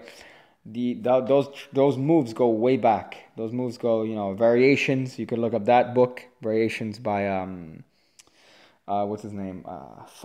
The name escapes me now. But you know, you have all these wonderful ring on rope routines, like ring off rope moves. That, you know, I'm trying to like, hey man, hey guys, you know, try to inspire you guys to look up these magicians that have inspired me to come up with these wonderful methods. And then this motherfucker copies my shit. All right, I'm good. Let me look at his channel. Let me look at the rest of his channel and see what tricks he has. Motherfucker. Let me see if he has more tricks that copy. Because that's 2 so far. That's 2 tricks. That's 2 tricks. Although, I mean, he's kind of hot. He's not hot. He's 12. Let's see. Okay. 3 ways to control cards. Let's see. Swear to God. I swear to God. If it's the same shit. Oh, he even got the Russian genius meme here. That's hysterical. Okay, all right. 3 ways to control cards, like Chris Angel, like Chris Ramsey that he misspelled. Ah, man, come on, man. Let me see what controls he does. So this is a 10 of diamonds. Is he gonna do the Mahatma control? Are you gonna do the Mahatma control, nigga? Now let's shuffle these cards. I called it. I fucking called it before he did it. What a fucking joke. Let me guess. Is the next one gonna be the fake one? Let's see which one. Okay, so the first one is the Mahatma control. So now what you're gonna do is. Okay, which is the second one? Let's see. This is a completely free selection. Okay. So cards. The first one he does is the Mahatma control. All right, which is the exact same one I did in the video. Okay. The next one. Okay, he did a double undercut. Okay, all right, whatever. Okay, all right, that's fine. I thought he was gonna do the same because I did a top 3, you know, control video a while ago. So I thought this guy did the same exact one. I'm like. This finger, as you can see, this finger, with your ring finger, like this, and this should be freely moved with your. Oh boy, you fucking copy motherfucker. Hold up. Somebody asked a question here. I got distracted. I'm sorry. I got fucking distracted by this guy copying my shit. Oh my goodness. God damn it. All right. So wait, did somebody ask a question about Patreon? Let me go back to the comments here. Okay. So I'm a dumb cunt. Okay? I'm a dumb cunt on Patreon. So what I mean by that is that the $1 tier is the same shit as all the other tiers. So, you know, you're going to have the same access. Fucking comment my videos. You're going to have the same access to pretty much all the videos that I have there on Patreon that are exclusive to Patreon. You're going to have all the same access if you put $1 as if you put $50. It's the same shit. So the only difference is that, you know, it's dependent on what you think I'm worth, what you think the videos are worth. That's kind of what the point is. So I did have tiers before.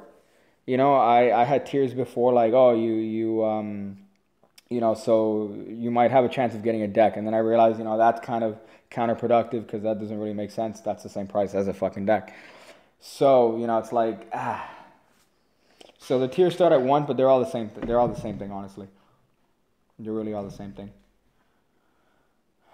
But, you know, the tricks that I put on there are stuff that I'm proud of. Now I'm doing like a little bit of different moves. You know, I'm putting in little touches, little moves that I've had like little ideas of. So that's kind of what I'm doing now. But I'm going back to putting like actual tricks that I'm proud of on Patreon, just to give, you know, the people that are there their money's worth. But I'm trying to upload there at least 3 times a week, you know, to try to put this stuff there that's you know, things that people would like. So, you know, my take on like different controls, certain tricks. So wait, let me any card at any number. Let's see how he does this. Oh, fucking kill me. Kill me. I'm going to be teaching you any card at any number magic trick, which is also known as card a cane. On every one of my videos I do and full even magic is the trick. How are you going to do it? Right over here for now. So oh, okay, so he's doing the card on table with the ghost deal. And he's doing the oh, you fuck. I'm having a fucking.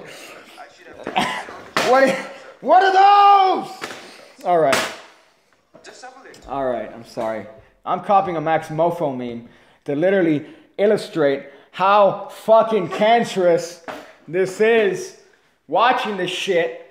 Why, dude? Why do you copy people, man? Even if you have 2 people watching your shit. It's about the principle, dog. You know, even if I had 100 people watching my shit and 100 people watching video, like you know, it doesn't fucking matter. It's about the principle, dog. Be like, hey, you know, this trick was from, you have a trick there that says produce the card with 1 finger, right?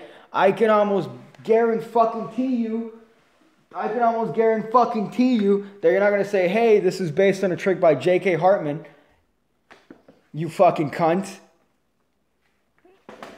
Fuck, man. You fucking. And then, you know what the worst part is? That is what the dumb fucks at the Magic Cafe think represent YouTube magic. They look at that and they're like, oh, haha, this guy's just fucking doing YouTube magic. Right? Million card tricks, right? I'm a fucking. What are those? I'm done. I'm fucking done. So yeah, so there you go. There you go. I'm good. Karibo. You shut up, Karibo. You awful Yu-Gi-Oh card. What kind of a Yu-Gi-Oh card is good that gets played from your hand? And all you do is block 1 attack? Come on, man. Step your card effect game up. Step it up, dog. Karibo's a useless card. Do you have a I'm a real life Karibo. That's funny. Do you have a favorite video game? Yeah. I mean, I'm a Nintendo bitch, honestly. So, Ocarina of Time, Legend of Zelda, that's my favorite game of all time. I've been playing Doom recently. So yeah, those are all fucking dope as shit. Nigga, what? Yeah, so I'm kind of a Nintendo slut. So that's kind of what I enjoy. Only because, you know, it's God, just a story on that. So I'm playing Odyssey now. Odyssey's phenomenal. Blue Eyes White Dragon. Interest other than Magic? I think tech. Tech would be another interest that I have. So, I'm kind of like a tech slut. So I try to keep up as much as possible, try to learn as much as possible about just, things that are going on in the tech world. So that's another interest in that. But, other than Magic, Magic's kind of different enough, I think, where it's an interest that it's substantially different enough that you're like, oh, okay, you could just deal with that. Like, my focus is just too much on Magic. Cactus Smoke, you can call me daddy, yes. Fuck the Magic Cafe fuckers. Yeah, fuck the and fuck this guy copying my shit and copying everyone else's shit. Fucking what are those? Fucking losing my shit back here. Okay.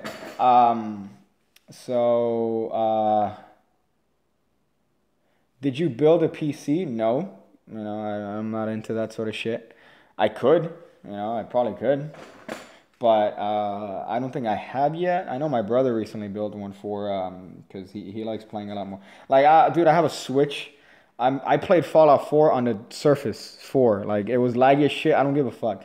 So I'm not like a video game guy per se, but if it's like a good game, I'll play it. Have you ever used roughing fluid?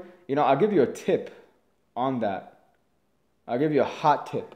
As a matter of fact, right now, if I have some near me, I fucking do.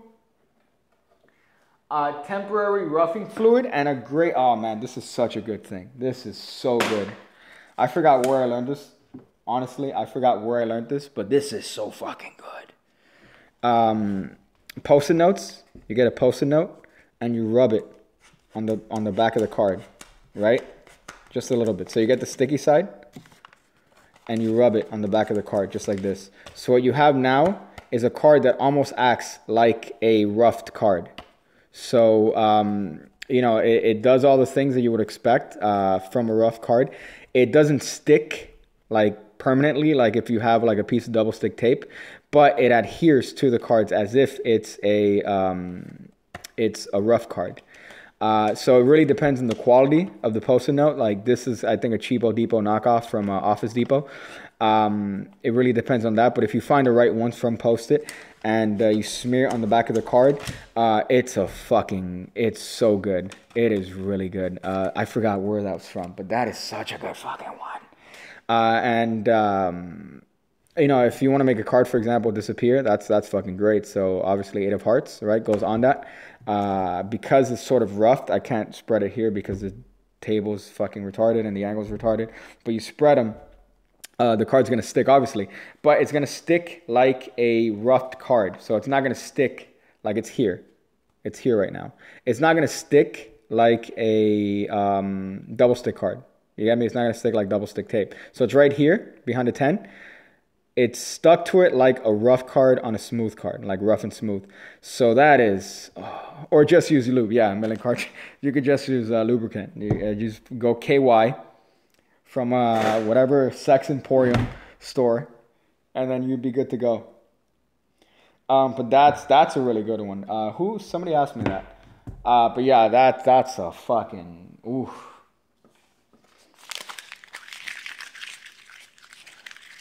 There's in whatever city, there's always fucking Sex Emporium.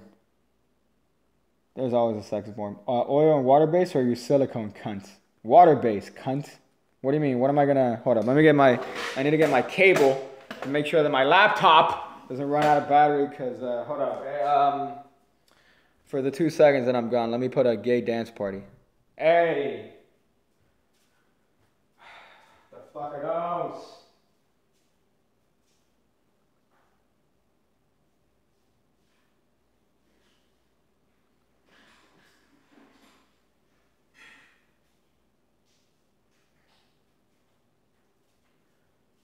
Echo. By the way, if I haven't said it already, I'm infinitely and obviously very grateful that obviously, 30K, that's a fucking, I keep saying that I never thought I would get at least 30K subs, people watching my shit. So the fact that it's that, man, I didn't even think 100 people would watch my shit. And I'm not saying that to humble brag or whatever the fuck you want to call it. Honestly, when I first started making videos, I didn't think that people would watch my shit because I thought, it's just gonna be another one Magic channel on YouTube out of the fucking thousands of millions of Magic channels on fucking YouTube. So, the fact that people started watching my stuff, that people started doing these tricks and people started enjoying it, I'm like, oh man, y'all fucking killing it. So, I generally am very appreciative of that. So very fucking appreciative of that shit. And I'm hopefully trying to set a precedent, as to, trying to get people to understand that we're standing on the shoulders of giants, that you need to respect Magic as an art, even though I'm saying a lot of cunt jokes and a lot of, gay jokes. So that's kind of what I am. But honestly, I'm very grateful to the fact that 30 fucking K, dog. What the fuck are those? All right, hold up. This is going to get weird for a second here. Oh, shit. All right, hold up. We can do this. Okay, this is happening right now. I'm trying very carefully. Oh, boy. What is this? Man, if you guys saw what the fuck was going on behind here. There you go. This is just so much shit. Okay, I'm surprised I haven't gotten a cable management, cunt. I'm surprised I haven't got one of those. Oh, shit. Okay. All right. There you go. Now everything's all good and charged. Actually, I'm trying to be very careful, top notch. If you haven't noticed, I'm trying to be very fucking careful. Okay, there you go. Yeah, I always kind of end up streaming for like fucking 2 or 3 hours just talking. Which, I'm like, oh, this is going to be a very little, I want to just stream for a little bit, talk to you guys for like maybe 30 minutes, and then 3 hours later, oh yeah, so fuck this guy copying my shit. Who the fuck is this guy? That's what it turns into. That's what it turns into. Typical gay life, yeah, you know, dog. Hold up, let me see some comments here that I fucking skipped over. I don't know the Discord name and number. Yeah, because too many people on Discord are trying to fucking parade as I sound like Chenk, you fucking cunt. But too many people try to parade as Piggy on Discord, and they end up getting the ban hammer. Let me see. Fuck, dude. Hold up, I could do this. Man. Hold up, my phone's being stupid. If I figure it out, I'll tell you now. No joke. None, I'm dead inside. Okay, Michael Bush, that's a great thing. Let me see, there's let's see. Gay dance party. Was that a fake echo? Stop, I'm getting That's fucking great. I love your queer Instagram stories. Yeah, I try to be as queer as possible. Honestly, I try to be as queer as possible on my Instagram live stories.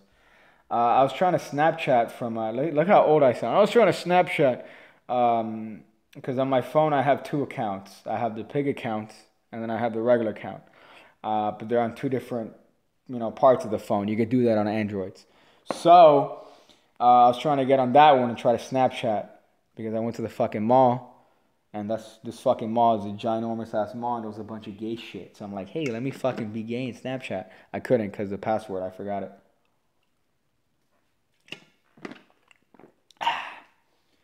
Water-based lube, there you go. That's funny. Even though you spam my YouTube videos with your ads, and I hated you, I like to say that I sincerely want to suck your dick. I'm a Latino legal guy, I'm just saying. That's really funny. Yeah, in the beginning, I did use a lot of ads because I thought it was funny, like a funny thing to do. And I've said on previous live streams that I kind of regret that because the eyes that I got on the channel, I did get some people watching my stuff, but they weren't people that were of a super genuine interest in Magic enough to watch the videos and to kind of do that shit. So, as far as, wow, I just saw some racy shit. But I found them funny because I mean, the ads were just funny themselves. Hey, do you have a big dick? Do you like card magic? Well, you should watch my channel. Like that's fucking funny to me. So I might do it, just as a spoof. Like I'd love to do like an Evan Era kind of video on his channel. Like do an Evan Era sort of do an Evan Era video, like make one specifically to make it look like an Evan Era video, but put an ad on his channel so that if you click on his videos, you see it, you think it's his video, but really it's my video. I want to do something like that. That'd be fucking hysterical. Zavar Laz. I hope that answers your shit. I use regular lube, Some people like sheepskin. Some people like fucking latex. So some people like water. Some people like oil. Unfortunately, oil-based lubricant could give your significant other a yeast infection, right? So, fucking dog, it happens. You got to take a risk. Just like doing A to M, you got to take a risk, dog. Let's see. There's an abortion discussion going on. Man, you guys are really killing it, boy. You guys have the greatest magical conversations in this chat. I'm like, hey, are there any magic-based questions that I can answer that maybe help the art? Hey, abortion is... Dog, what? A random gamer 1. There's your shout out. You fucking cunt. I never understood this sort of thing. I was talking to Chandler from Rise Magic the other day of the idea of people saying, "Hey man, give me a shout out." What does that do? I don't think that does anything. I don't think that does anything at all. Even if somebody somebody that has a significant, like if fucking Chris Ramsey, even if Evan Era would be like, yeah, hey guys, I'm shouting this person out. You're going to have it's not going to be a significant amount of people, so it's not really going to do anything. So it's just kind of weird, unless people just like hearing their name, right? I guess. So that's kind of the point. Let me see. Do you have any warm-up for slights that you use your individuals? You just like hearing your name. Yeah, you cunt. I never understood that whole idea of warming up for Magic. Like you warm up. I'm sucking my own dick here, but in Persistence of Memory, which is the second project that I did, there's a trick that is the memory trick, the first one, a better memory man, or an even better memory man. That one. The reason I like that trick is because that trick acts as a warm up to the spectators. So what I mean by that is that it's not necessarily a warm-up of like me warming up my hands. I don't think that's as important as warming up the spectators and getting them used to what your magic is going to be. So even more memory man, yeah. I love that trick because I don't want to compare it to this trick by Tommy Wonder. If you guys have ever seen Tommy Wonder do Wild Card, the way he gets into that is so fucking good. Because he literally has an alarm go off, right? He has an alarm go off and he's like, shit, I have to do this trick now because I collect playing cards that are collected at, 8 o'clock every day. So I have to do this. You have to pick a card because this is my hobby. And then he gets into the wild card routine based on that. It's a ridiculous premise, but it's one that's fucking hysterical and it makes sense on his character. So for that one, for an even more memory man, it's great because the way I always do that is like, hey, I'm going to get into the trick. Shit, I was about to show you a trick. I didn't even warm up. I was about to fucking show you a trick. I haven't even warmed up yet. Okay, here you go. By the way I warm up is that I memorize a deck of cards. My record is 35 minutes. So, get your timer out. Every 5 minutes, I want you to say, time. So go ahead. And then you go into the whole routine. And then that's a great warm up because that gets them warmed up to your style, gets them warmed up to your sort of, a trick, a very impressive trick. I fucking love it. So there you go. I hope that kind of got your put tutorial. Yeah, the tutorial's on the pigcake.me website, cunt. That one you gotta buy. It's a fucking, that one's like special shit. So that's why I put it on that Persistence of Memory project. But that one, I like that because you're warming up the spectator. So to answer that question, which I answered in a very convoluted way that involved plugging my shit, is to warm up your audience. And I think that's more important than warming yourself up when it comes to tricks. Congrats on the 30K, dog. Keep it up, dog. Yeah, I'll try, man. Thank you, man. Fuck yeah, dog. Fucking do it. Real question. What would you do if somebody taught a tutorial or trick from a project of yours? You know, I'm actually pissed thinking about that right now. Like, actually pissed. Thinking about that. Just out of the principle, man. I'd be pissed out of the principle more than anything. But I'd fucking come at that motherfucker. Have you met a sub in real life? Yes. That's all I'm going to say there. But yes. Let me see. I guess it's time for me to upload it. You fucking cunt. Daniel Pewter. Are you referencing fucking Daniel Pewter shooting on Kurt Angle? Did he take a pic with you? No. It's a person I know, man. Come on. You can't do Tommy Wonder because you're not Tommy Wonder. Too many people try to do someone else's tricks the same style. Yeah, I know, Martin. I'm using Tommy Wonder's trick as an example. I'm using that premise as an example. Not saying that you should copy that exact same trick, but the idea of that premise of him kind of, oh shit, here's a warm up. I have to do a fucking, I have to do this. That is what I think. That concept is what, inspired the other trick of that idea of shit. I almost showed you a trick. But I didn't warm up. I need to warm up, because if not, then I'm going to get fucked and I'm not going to be able to do card tricks. Yeah, okay, I understand what you mean. You wasn't talking to me, but yeah, I think that's something that happens to younger magicians in general. But I understand what you mean, that he died of throat cancer, I think. It's a shame. But, that magicians, when they're younger, they tend to copy magicians that they look up to. I think we've all done that. For people like David Williamson, Greg Wilson, you copy their exact same style, and then you cringe when you're like, why did I make that same joke that he did? When it didn't make fucking sense. You see Greg Wilson's on the spot tape, right? And you're like, fuck, I'm going to copy.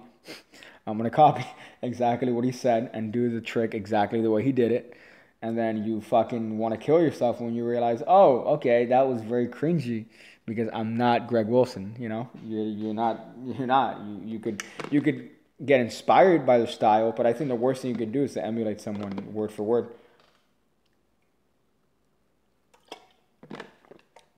Let me see. But yeah, I understand completely what you mean, Martin, and I agree with you 100%. Any tips on one-handed fans? The fan that I always try to copy myself, look at me saying, oh, don't copy me, and then the fan that I'm always trying to copy is Jeff Sheridan. I think Jeff Sheridan has the most beautiful one-handed fan that I've ever seen. So I'm always trying to copy his sort of shape. So he has like a very, obviously you can't, there's a wide angle lens and it's still kind of shit.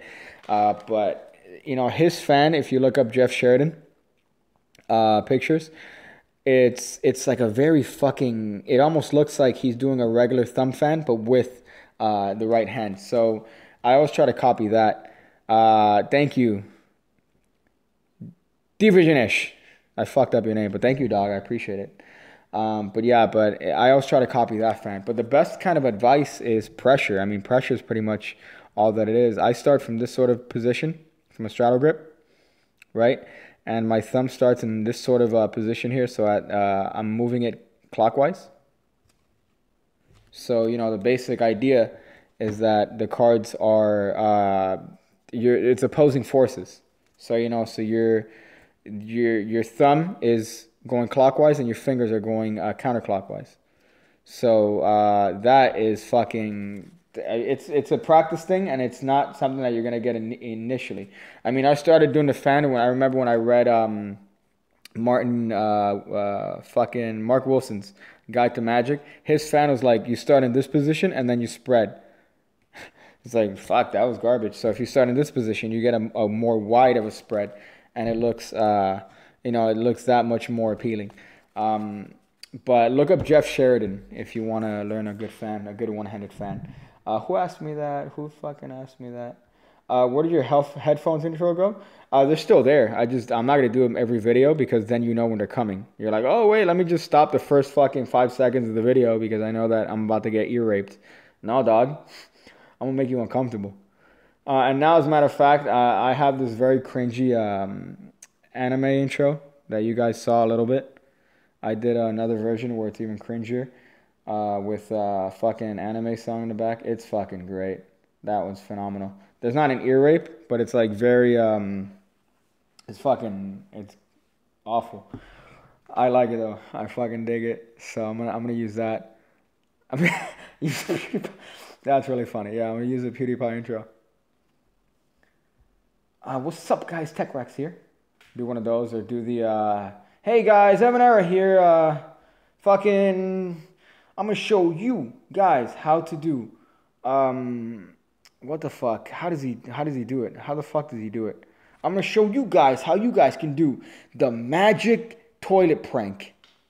And then you look at the video and the magic toilet prank ends up being a packet of ketchup underneath the toilet seat. Dog, that's not a magic prank, boy. My guy using SEOs. Porn sites. Are you guys talking about porn sites? Oh, man. You guys are talking about porn sites. You fucking... All you normies. All you normies. That's a great way to do a conversation there. Lisa Ann, oh boy. Let me see if there's any legitimate stuff here. When you guys are fucking talking about porn sites. Oh, but yeah, Grant, the headphones are definitely there. They're definitely there. By the way, if you're not watching amateur porn, you're not doing it right. Okay, I'm sorry. You guys are all weird.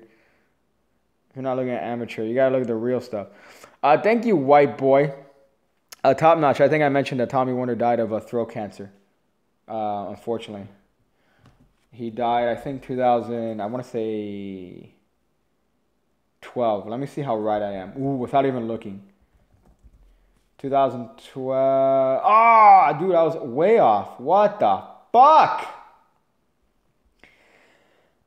2006. Damn. I seriously thought it was 2012, man. Jesus, fuck, that is crazy shit. That was almost 11 fucking years ago. That's insane. Yeah, but I think from everything that I knew about him, he was a smoker, like a huge smoker. Kind of a shame. What a fucking man. Jos Bema doing his fucking cardistry shit. But I love his, just his thought process, man. Phenomenal. Tommy Cooper, yeah, Tommy Cooper was another one who was really, really funny. It's really funny, especially the way he died. That's the way you want to go out if you're like in kind of his sort of world. You want to go out where people think that it's part of the show. It's like this guy hunches over, he dies at the end of his show, and people are like dying of laughter because they think it's part of the show.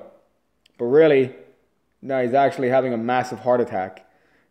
So it's like, fuck. I think you'll find that on YouTube even. You could find him, unfortunately, having a fucking heart attack on YouTube, which is not the greatest thing to watch if you're trying to go to sleep. But, oh boy.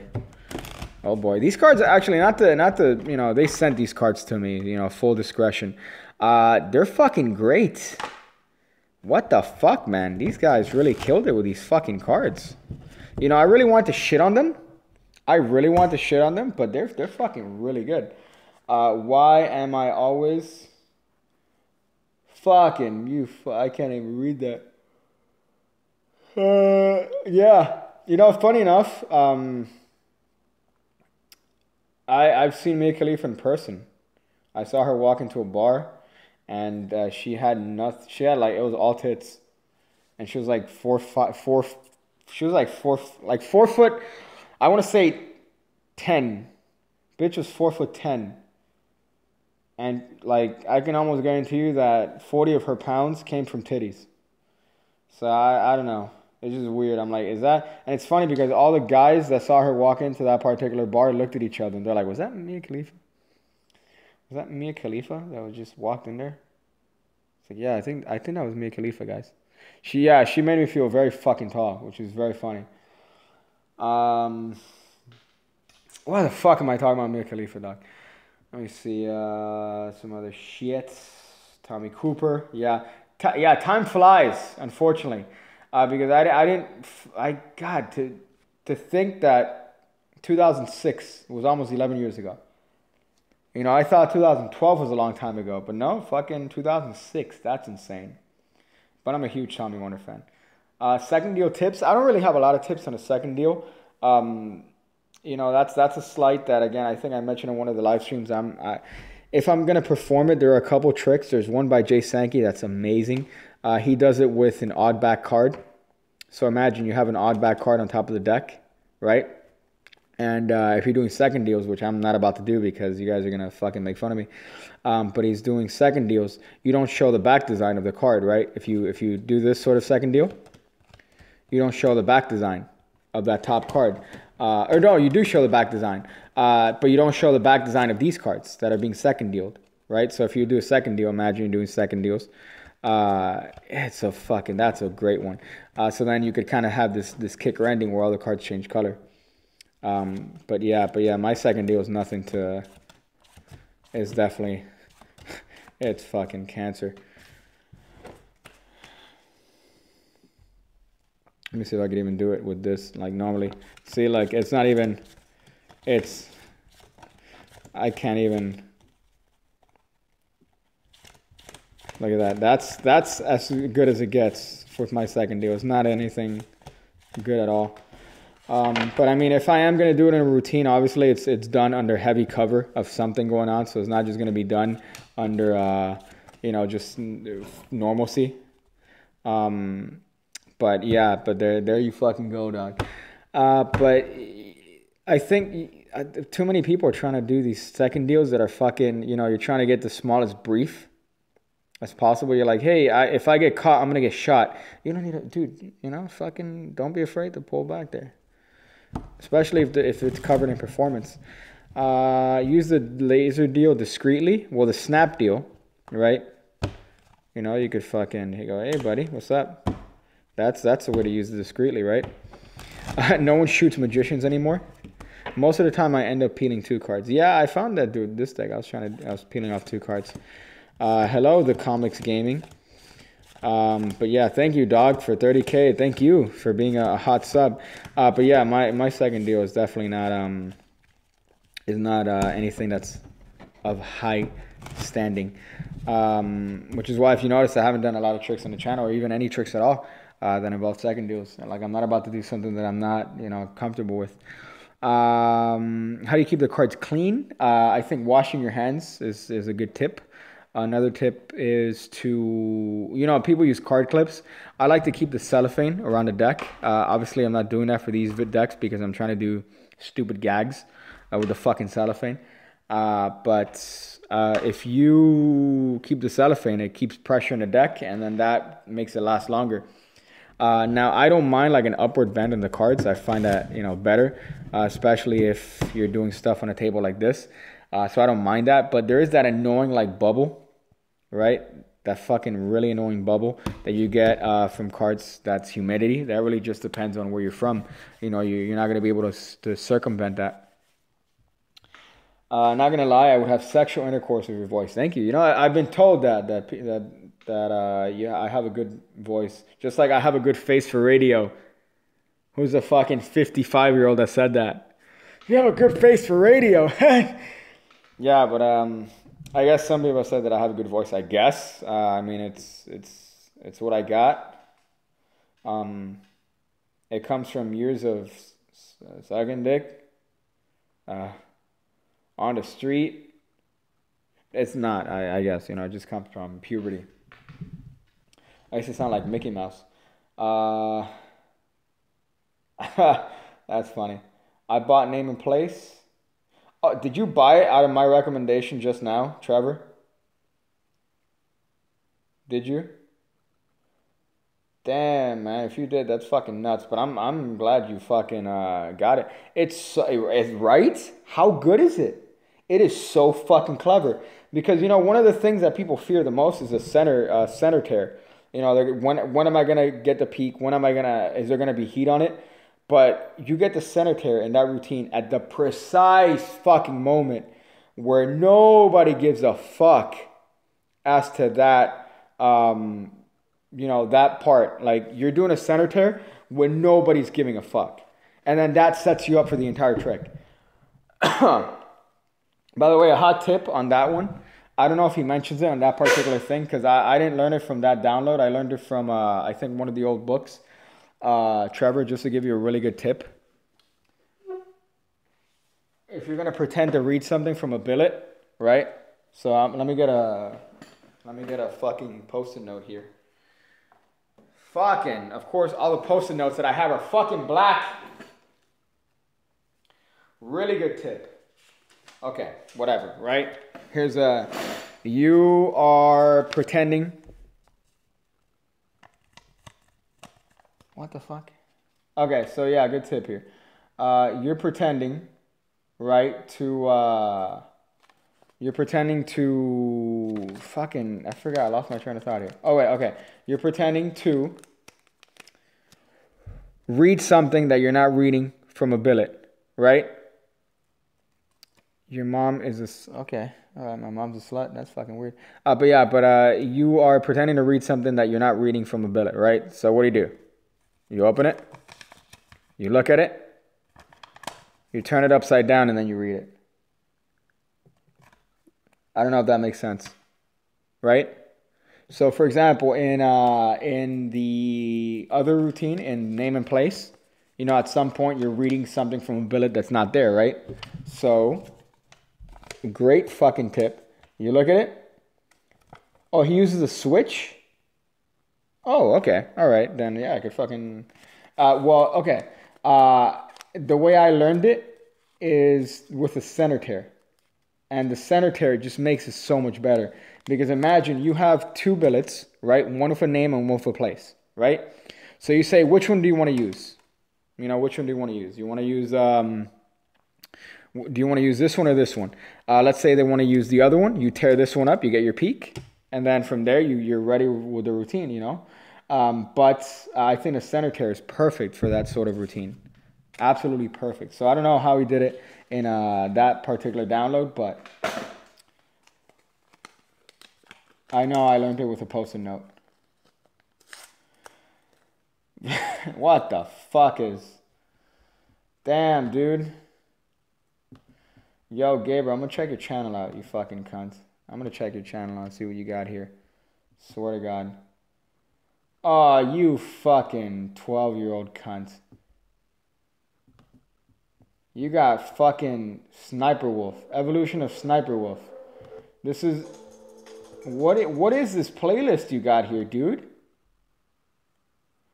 What is this playlist you got here, dog? It's called Loose Skin? Loose Skin? Singing exercises for the animal in you? Dog, you're calling people gay here? And you got a playlist on your fucking channel called Loose Skin, where the first video is the evolution of Sniper Wolf. Nigga. Who the fuck are you calling gay? Boy, let's see what this fucking thing is. I'm afraid to click on that to get like copyright. Let's see this shit. Evolution of Sniper Wolf.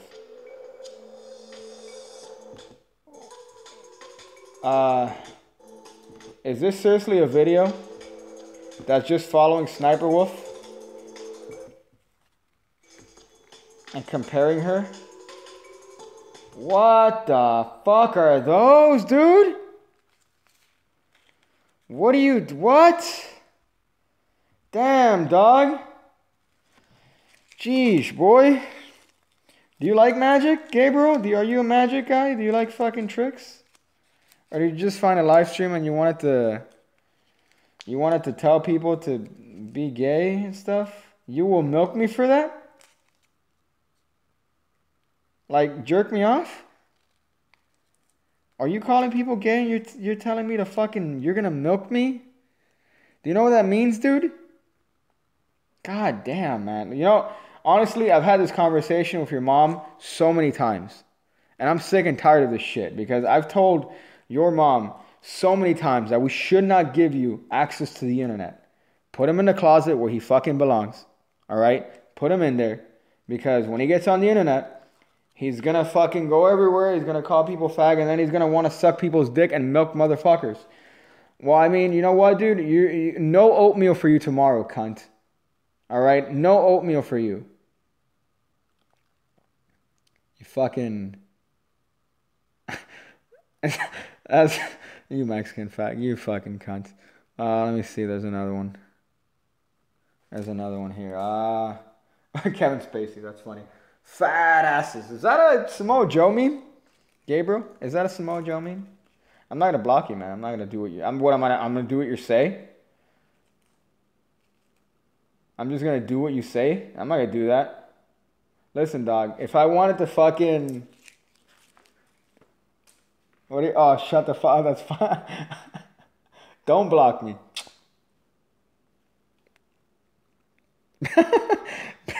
Pigcake sexually harassed me. That's a very interesting thing that's going on now in this whole fucking Hollywood shit. And it's really funny to see that all these people kind of knew. It's there's a great thing called The Open Secret. That's a documentary that talks about the whole, fact that all these things were well known, but it was like an open secret that people knew about it, but they just wouldn't talk about it. And of course, now everyone's fucking talking about it. So I find that really funny. I'm not going to do what you say. I'm not going to do that. What am I, gay? You need the milk. Oh my God, this guy's 12. Dude, how old are you? Gabriel, honestly. Gabriel, honestly. I'm talking to you from man to child. How old are you, dog? How old are you? What grade are you? 20? 20? Is that what your profile says? Are you a FaZe Banks fan? Yeah, you probably like FaZe Banks. You probably. Is that your actual number? Stop. Stop, dude. Is that your fucking number? What? This is a turn of events. This is a significant turn of events here on a Piggy live stream. He's an era fat. I'm not going to call him because then he gets my number. Fuck that. Live call. Honestly, I wanted to do that. I think I said on the last live stream, I want to do a star 67. There's ways around that. Going fucking dick. I was about to incriminate myself by calling you an insult in a language that would have incriminated me. But I was gonna say I honestly want to do that to where I have a thing where people call in, right? How fucking dope would that should be? I feel like it's gonna be a lot of people saying cunt and then hanging up, right? But it'd be very interesting to see what people would say, right? On if I do have like a little thing like that, like not necessarily a podcast, but just have people call in like a call-in show. That'd be fucking dope. Your mom was raped by me.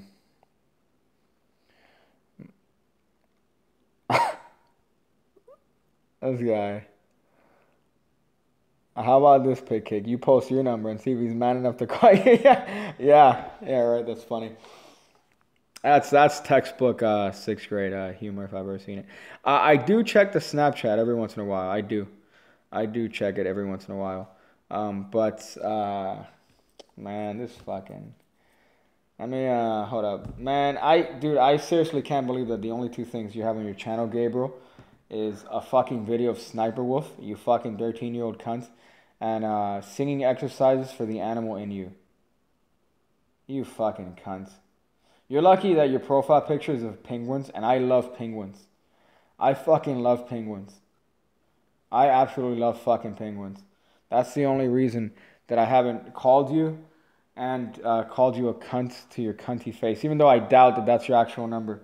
Is there an area code? Is that even an area code? Let me see what the 626 area code is. 626 area code. is in California. Shit, boy. You're fucking, yeah, go to Illusionist. You should go to Illusionist and fucking go in there, dog. Magic doesn't get you bitches. It gets you women. Ethan Alvarez, damn, with the fucking, it gets you women. That's funny as shit. Hold up, fuck. I just saw a question that's actually legitimate. Oh no, the live yeah, that'd be fucking dope. I need to figure out how to do that, and I'll probably do that just to test it sometime soon, maybe next week, hopefully. Try to test it up. That would be dope.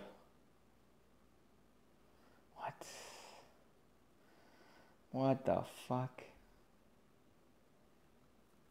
Damn, man. You know what? No allowance for you, Gabriel. Me and your mom are cutting your allowance. I'm tired of that. You know, your mom comes home every day from sucking dick just to give you money so you can go online and call people a faggot and tell people to milk, that you're gonna milk them? Come on, man. No, I'm gonna cut your allowance.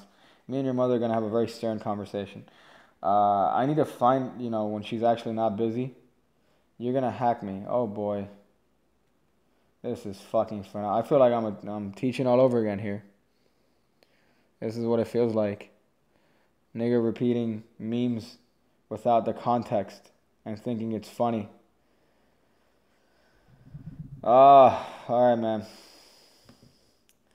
I gotta say, man, I don't usually do it, but you got the block hammer. You bitch. I hate blocking people because you know what? If you want to call somebody a cunt, you call them a cunt. If you want to call somebody a faggot, you call them a faggot, right? But here's the problem. You want to be funny. You want to be funny, dog. This guy's not funny. He's doing stupid memes that you've heard anywhere else, and you're like, come on, without context. That's the thing that I think sets people apart that are actually funny. It's context. They know the right time and place for jokes. And if you're saying the same stupid thing like that, that's not fucking funny, dog. It's not humorous. Cunt. A random gamer. Sneak peek at your short card project. Shit. I'll tell you one thing that I want to do on that. There are 3 ways of short cards. There's one that I don't think I've seen before. I think I've explained it on the channel, but it's something that I don't think I've seen before in short card magic, and it's something that I call a soft short, right? It's the idea of having a short card, doing tricks with a short card, right? But the idea being that you soften the card, which I'm gonna explain how to do in the download. But you soften the corner. The edges of the card so that it acts like a short card, but it's a normal length card. That's one of the cool things that I'm going to talk about in that project. I definitely want to, I hopefully want to come out with that before the end of this month, because I love short cards. I love everything that you can do with it, and I think that it's one of the more underutilized principles in Magic, and there's so many things you could do. One of my favorite things from that thing that I'll show, in the project is the spectator, cutting a card. They cut to a card, and then you're able to pretty much read their mind or tell them whatever card they're thinking of. But I enjoy that method because it's based on a very bold peak that you do that flies by. So, but I fucking love the short card principle, because imagine, you because of the nature of it, you could just literally riffle up to it and shuffle it anywhere you need to be in a very discreet fashion. So there's the short card is a beautiful little principle.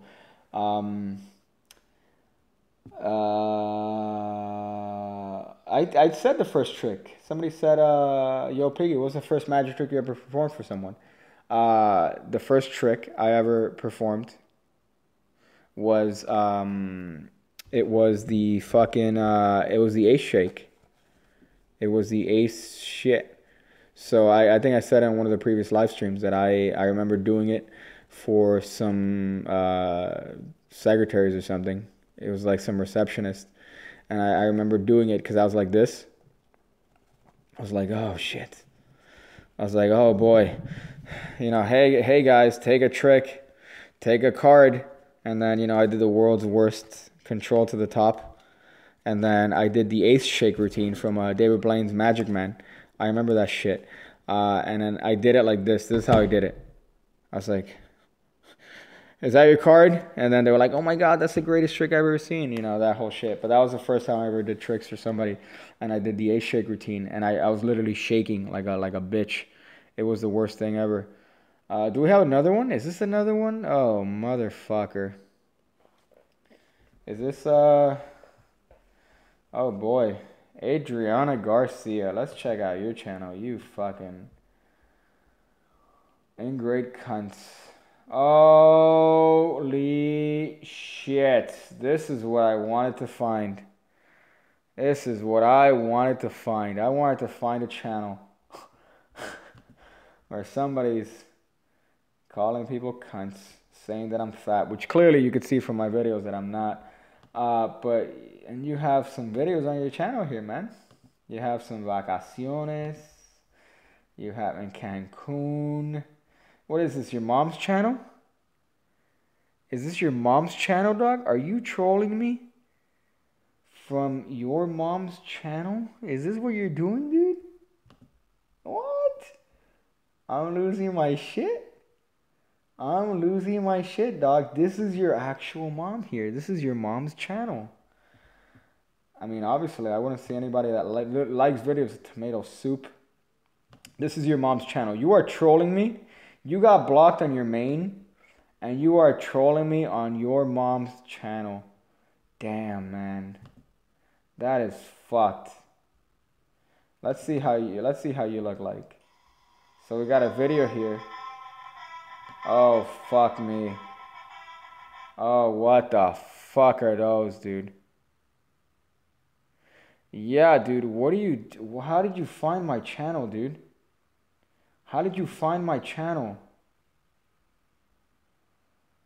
Should I get his IP? If you can. Honestly, at this point, dude, can you not be on your mom's channel? Could you not be on your mom's channel saying words that you don't know the meaning of? Repeating memes that you've heard online that you don't know? Come on, man. You know, it's about I wish I can go to Cancun. You know, honestly, from that channel, I wish I could find out what calculator you use as a goddamn camera. What you film that with, dude? I'm sorry, what'd your mom film those videos with? Dude, what? Oh boy, hold up. Let's check these out right here, man. You got 5 years ago. Vacations in Cancun. Oh shit. Dude, you're on your mom's channel, dude. What are you doing, dude? Come on. What's happening, dude?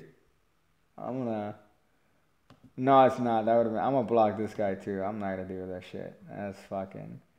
My guy's on this fucking mom's channel. This guy's on his mom's channel. Come on, dude. Let's see if he's gonna find another fucking channel. He's gonna get on his dad's channel, but his dad's not at his fucking life. Right? That's phenomenal. You know, it's funny. How do people... Because I've noticed that on YouTube sometimes I get recommendations on other people's... I get recommendations on other people's videos, right? I get like their live streams and shit, which is very interesting. Because, you know, you have channels that aren't necessarily big that their live streams are getting recommended to me. So I guess that's how people find this. Like, I guess I've had people find the channel on live streams that are... Dude, you... Okay, I'm going to copy it, but then I'm going to delete that. Cactus. I copied it, but you know...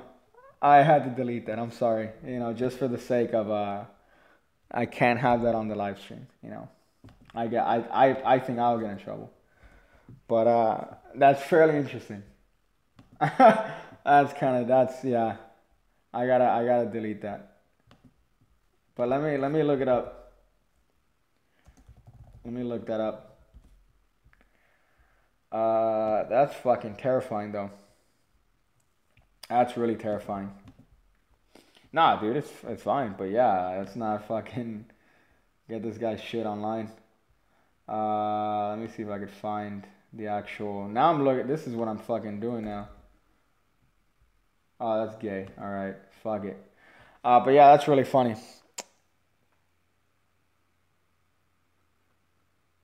It's not okay. But I imagine that it's just somebody that found a channel just like that through the recommendations. But I've said it before. Wait, James Sackmurray. I 16 years now, so it's 2017. So I think since 2001 ish. So it's been 16 years. You know, consistently, I guess. I don't think there was a point where I ever kind of stopped. Like I never kind of took a break from it. You know, every opportunity I had, I showed people tricks. Every opportunity I had, I'm always creating stuff. I was coming up with ideas.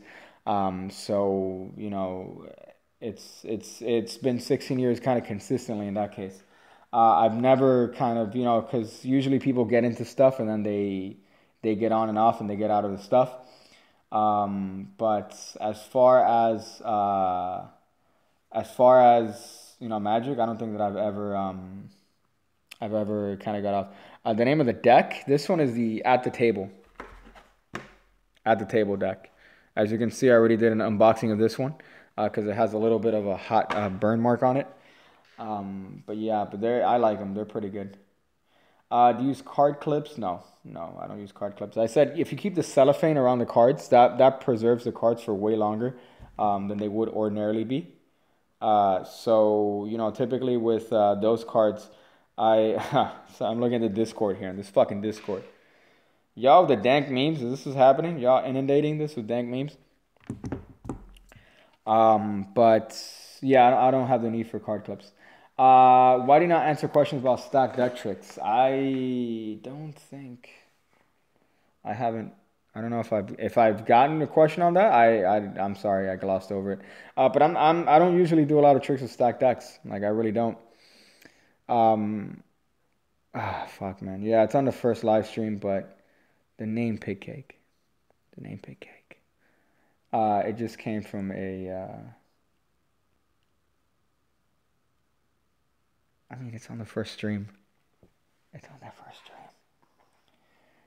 It's on that stream, dog. But it's nothing special. It came from the person I stick my penis in. She had a dream where we got into an argument because I went to a party, right? And I didn't tell her, right? So in the dream, we got into an argument because I didn't tell her that I was going to go to a party. But my excuse for going to the party, right? My excuse was that there was a pig cake at the party. So, you know, she told me about this dream. And then I'm like, I wrote the name down immediately. I wrote down that name immediately. So, this fucking guy, you made an alternate channel with your dad's name. Scott Steiner's back. Fat asses.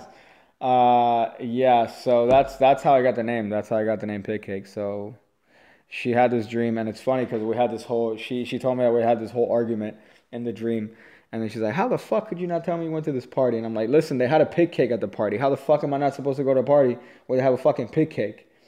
So, yeah, that's where the name came out of, and now I have to privatize this live stream to keep it hidden from the rest of the people.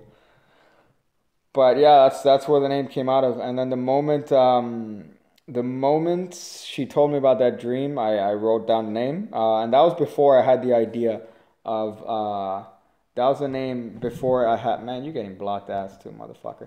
But yeah, but that's before I came up with the idea of the channel. So I just had this name up on the channel for a long time before I wanted to come up with a YouTube channel. So I had that name written down. Sorry, my notes. So I just thought it's a cool name, Pigcake, right? You know, I haven't seen it. So the only Pigcake is from that I've seen is from actual fucking channels that make pig cakes, which I find really fucking funny.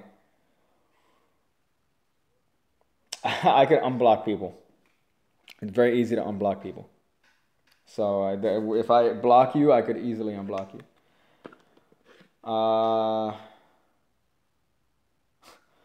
What the fuck is happening in this fucking stream? What is happening in the stream, man? Who are these motherfuckers?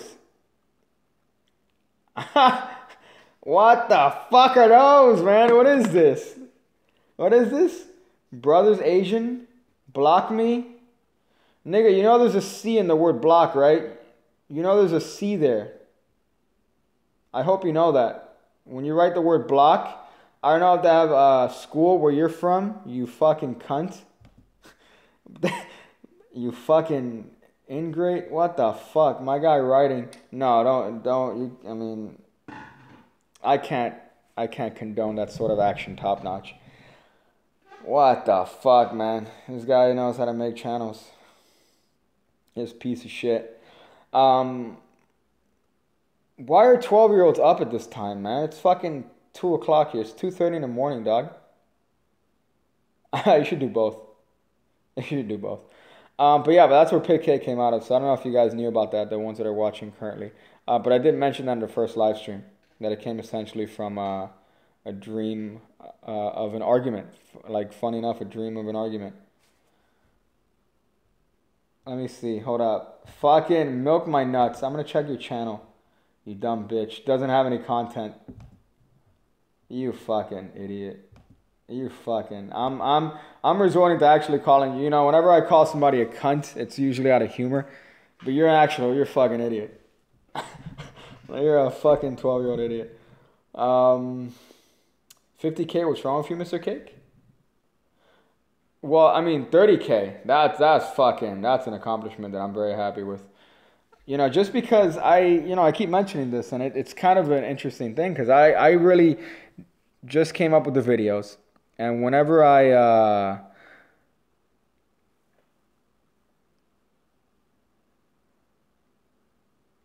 is there another?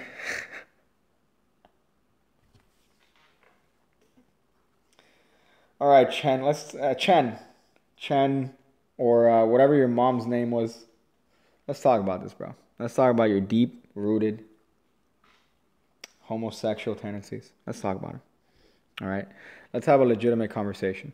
If I find a way, honestly, right now, if I find a way to get you so I could talk to you on Discord or on Skype, will you can we talk? Like, is this a thing? Can I record this conversation that we could have? Honestly. If I find a way to get you on live stream, can we do that? Can I get you on live stream? Like, can I actually get you so I can talk to you, like, in person and listen to your voice? You don't have Skype? Okay, that's cool. You don't have a phone, so where are you watching this video from? Where are you watching this video from? Yeah, Brian says make a Google Voice number. How can I get you on? Like, I want to talk to you live. Is there a way that we can do this?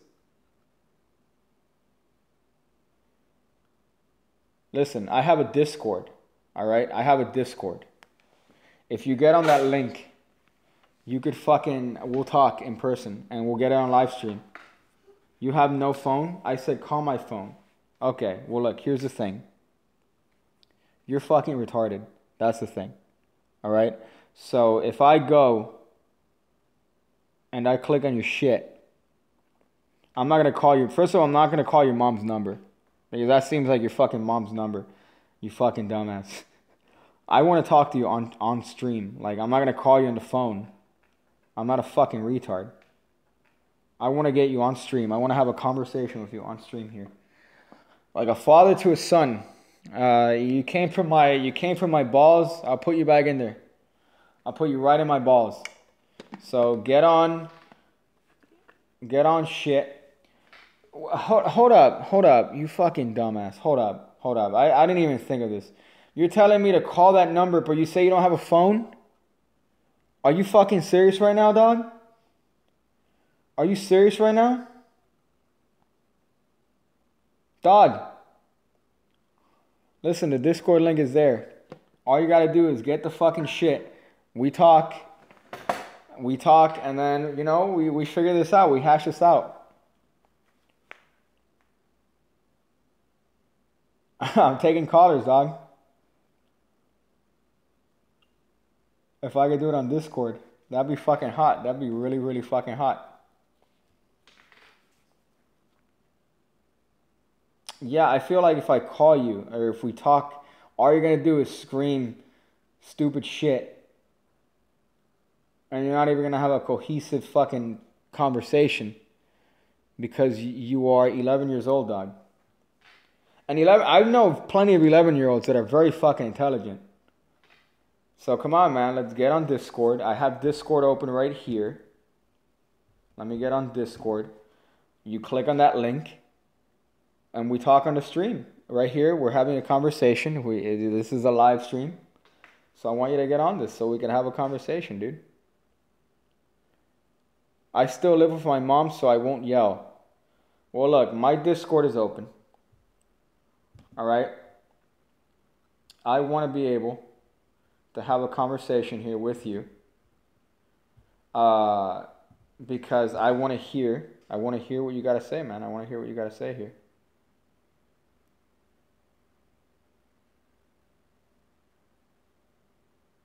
You fucking bitch.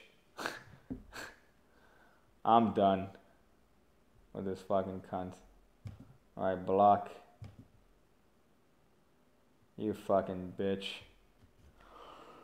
That's funny. But yeah, that's what happens when you're fucking bored and you want to come up with 12,000 accounts. Did you know the developmental psychologist John Piaget was an intellectual child prodigy? Yeah, I like Piaget. I was a huge fan of Piaget. I was also a fan of Jung, and also another fan. Pig, are you saying that you have a chance to talk to you on Discord?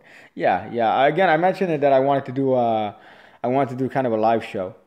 So instead of doing like a normal stream like this, where it's like, you know, a bunch of stuff, I want to do it so that I record and I take callers in, and then I record that, and you know, we could talk about whatever. So that's kind of what I was talking about. So I need to figure out how to do that and get it so it sounds good. But when I do that, hopefully it should be this week. You know, then I'll have that probably. The next live stream I'll do will probably be in that style. So yeah. Mission failed. We'll get him next time. That's fucking funny. I only do magic, audiobooks, and podcasts. My tech knowledge after that's limited. Well, a lot of people use what do you call this? Discord for podcasts, honestly. So, I mean, Discord kind of works well for podcasts if that's something that you're interested in doing. That's a fucking... Bryce Allen, favorite way to force a top card? You know, that's kind of a weird one. Because usually most forces are done from the middle of the deck. The top card specifically, if you want to do a force on the top card, the one that I'm thinking of is a bluff force. I don't know where I've seen this before, but it's something that honestly I don't do. But if you want to force the top card, you do the Shinobi. That's a good one. Yeah, the Shinobi one is good. But there's this one where you riffle down the corner, right? You have the spectator call stop, and then you pick up just the top card. It's almost like a bluff. It's a bluff pass, but you're doing it for top card, and you're showing it to them, right, as if that's where they call it stop, and then you know you do whatever bluff pass subtlety you want. That's a good one, and you know you make it look like it's a card from the middle. So that's definitely a good one. Then there's the other one, obviously a slip cut force. So you do this one, you go, oh, call stop anytime you call stop anytime you want, right there. Well, we saw that one, so why don't you pick that one? You know, that whole there's that one. If you need a LAN to screen callers, I'll be your LAN. That's funny. Yeah, that'd be dope. So that it's not just a bunch of people calling and screaming into a goddamn microphone. Any good false transfers? You know, again, I don't want to sound like I'm shilling my shit, but on Patreon, I think I gave a good little video on describing a false transfer. You know, a good, like, in-depth sort of tutorial on that.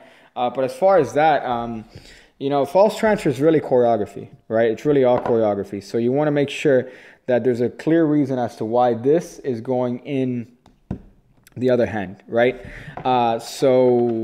You want to give kind of a motivation as to why you're moving it from hand to half. So it has to be a transitive action. So for example, if I want to do a false transfer with this, I better make sure that I'm putting in this hand to be able to grab this. You get me? So it needs to be a sort of transitive action. Also, you need to make sure that your body language is natural, So if you're doing something that's unnatural, that's going to stand out, especially if you've been doing stuff in a certain way, the whole performance, then you do something that's unnatural, that's going to stand out to spectators. And it's not like they're going to be looking out for that necessarily, but they're going to, people are perceptive, more perceptive than we give the credit to. So, if they see something that stands out in that sort of case, they might kind of catch a sort of subliminal, something being subliminally off.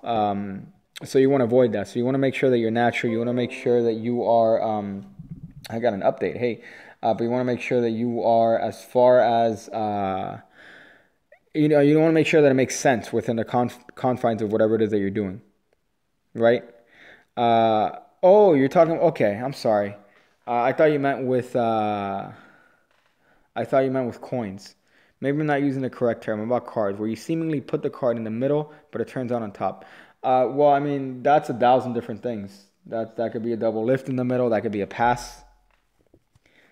I don't know if you mean like a false transfer, like meaning like, for example, a false shuffle, right? I don't know if that's what you mean in particular. But I thought you meant like a false transfer in the coin move. Oh, James Ellis. Okay, fuck. Oh, okay. On that, I don't have a lot of particular tips on. I'm gonna have to look at my notebooks and shit and think. But fuck, I wish I could answer your question, but I can't answer your question like now, and my fucking memory.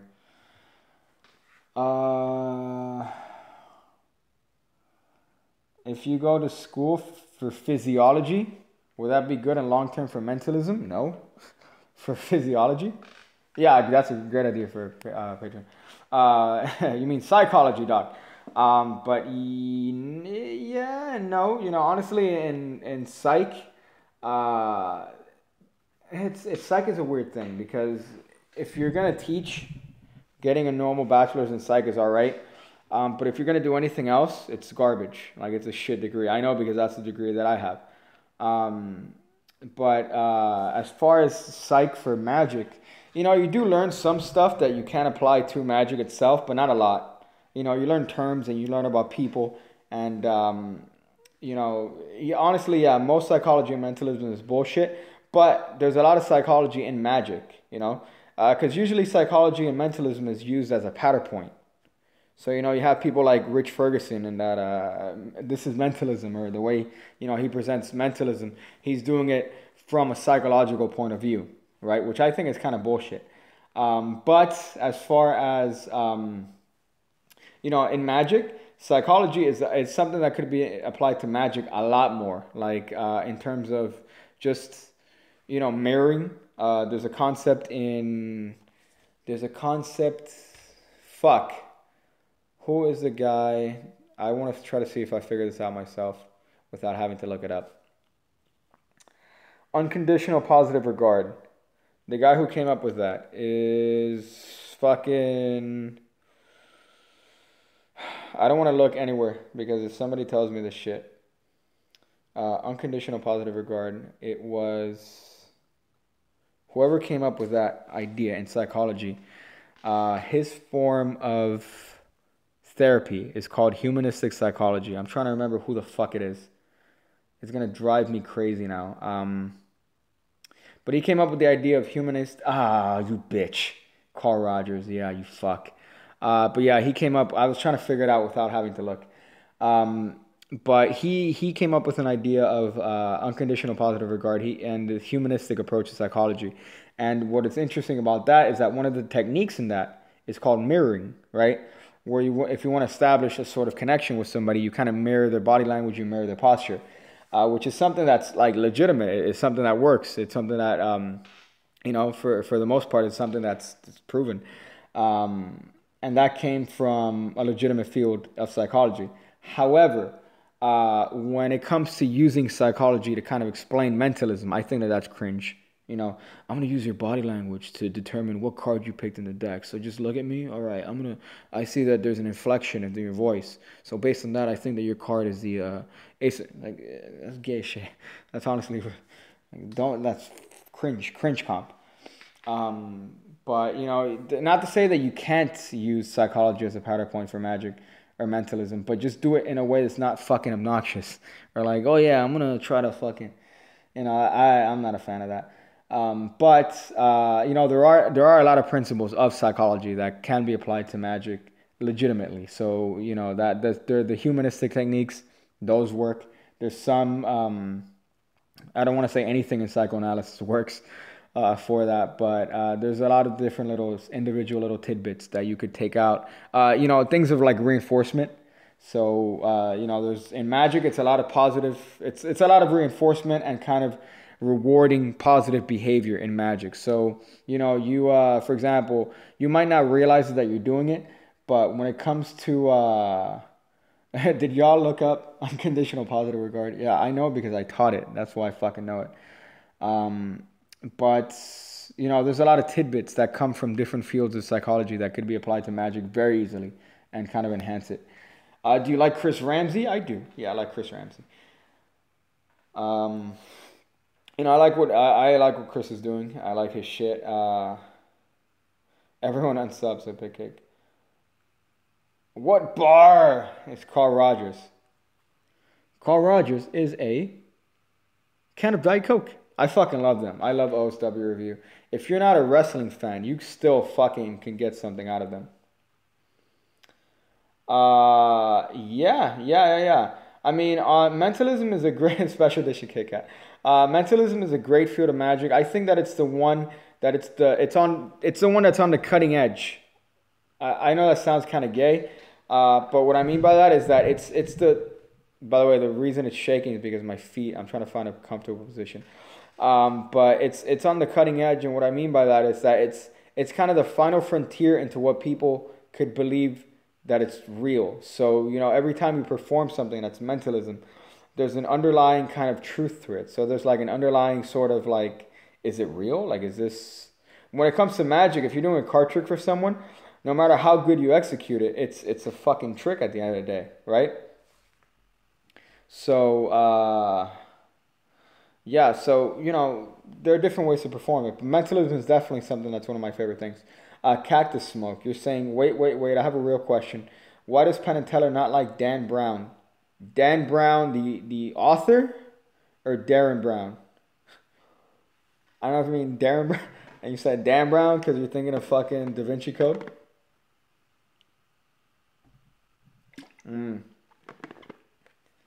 Good books on psychology. Yeah, anything by Darren Brown. Okay, I'll answer that in a bit. But they like Darren Brown. But the thing is that Darren Brown was, from my understanding, performing mentalism in a way where he was lying. You know, he was lying overtly about the techniques that he was using. And then getting people to think that he's using these psychological techniques when he's using classical, you know, mentalism principles. So I think that's what he was kind of bitching about, or Penn and Teller didn't like. So it's not that they dislike him, it's just that they disagree with his style of performing. But hold up, good books on psych, anything by Zimbardo. There's something, I think there's a book on evil that he came up with that I read. It's one of the only books that I've read. I fucking hate reading books. But that's, you know, somebody actually asked that earlier in the stream. They said, hey, what are your favorite books? Evil, that Evil book is definitely a great fucking book. Do you have a card that constantly appears to you? Well, you know what's funny? That is Perception. I can't pronounce your name. But the reason the Jack of Spades keeps appearing for you is because you notice every time the Jack of Spades turns up, right? So, you know, the Four of Hearts could pop up for you multiple times, but you don't pay attention to that. So you might not necessarily remember the Four of Hearts, but you might remember the Jack of Spades. So that's, You know, same thing. I used to have a thing where I wanted as gay as it may sound, I wanted a bug, like as the car, the VW bug. And I would always see the one that I wanted to get on the street. And I realized years later, oh, it's not because the car is literally following me and because I see the cars everywhere. It's because I'm looking for the cars. So I'm literally looking, like, you know, unconsciously looking for the fucking VW bug that I want. So every time I see it, I'm like, oh, hey, that's cool. There's a car. It's a sign that I want it, you know. So you might try to remember every time you see the jack. Like, it might be more in your memory. Hypnosis. Confirmation bias. That's what I was looking for. Yeah, you're kind of looking for things to support your argument. Look at you, dog, dropping some psych terms. I'm fucking full circle here. But hypnosis, I think it's real. I mean, I'm a fan of hypnosis. I think the thing that's fake about hypnosis is a lot of things that are taken advantage of. So, you know, when it comes to like memory work, when it comes to past life regressions, when it comes to bullshit like that, obviously hypnosis is garbage. Did you? Cactus? Did you really? Because I did too. Lucifer Effect. There you go. That's the book that I was talking about. Lucifer Effect by this guy, Cactus Mug. Yeah, me too, dog. I also taught psych for a long time. That was a fun fucking class. Fucking love that shit. But you understand too that there's a lot of principles of psych that could be applied to magic. But the overwhelming cringe of it is that a lot of times psychology is used in mentalism as a way of explaining what you're doing, as opposed to being used. It's the same, you know, the best comparison I could give you, the absolute best comparison is the snap deal, right? In magic, the best motherfucking thing, for the snap deal, right? The best way to use the move, the snap deal, is as a discrete move. So you're doing it as a control where the spectators are unaware that you're doing a move, right? That's where the best way to use it, as a snap deal. However, most of the time you always see it done in the context of the laser deal, where people are using it to make the card disappear, right? So that's the same thing with psychology and magic. You don't want to do this. Even though this looks pretty, right? Or psychology and mentalism, sorry. Even though the snap deal and the laser deal looks pretty to make the cards disappear, you don't want to use it that way because you're ruining what could otherwise be a very nice discrete move. Because you're kind of using it to, you know, make cards disappear. So then you give the indication to the spectator that you're capable of that. So you don't want to do it that way. You want to use psychology and magic so that they don't know what you're doing. So you want to do it like in this sort of discrete way where you're doing it underneath, you know, their perception. So it's happening. You're using psychology, but it's underneath their level of perception. That's a fucking good tip, honestly. Not to suck my own dick. I can't thank you, dog. I appreciate that. 30K, fucking sucking dick. That's the best deal I could kind of compare. You know, psychology and mentalism. You don't want to do it overtly, so you don't want to say, oh, the way I'm getting the information is that I'm, you know, studying the way you move and using that to determine what card. Like, fuck that. That's gay.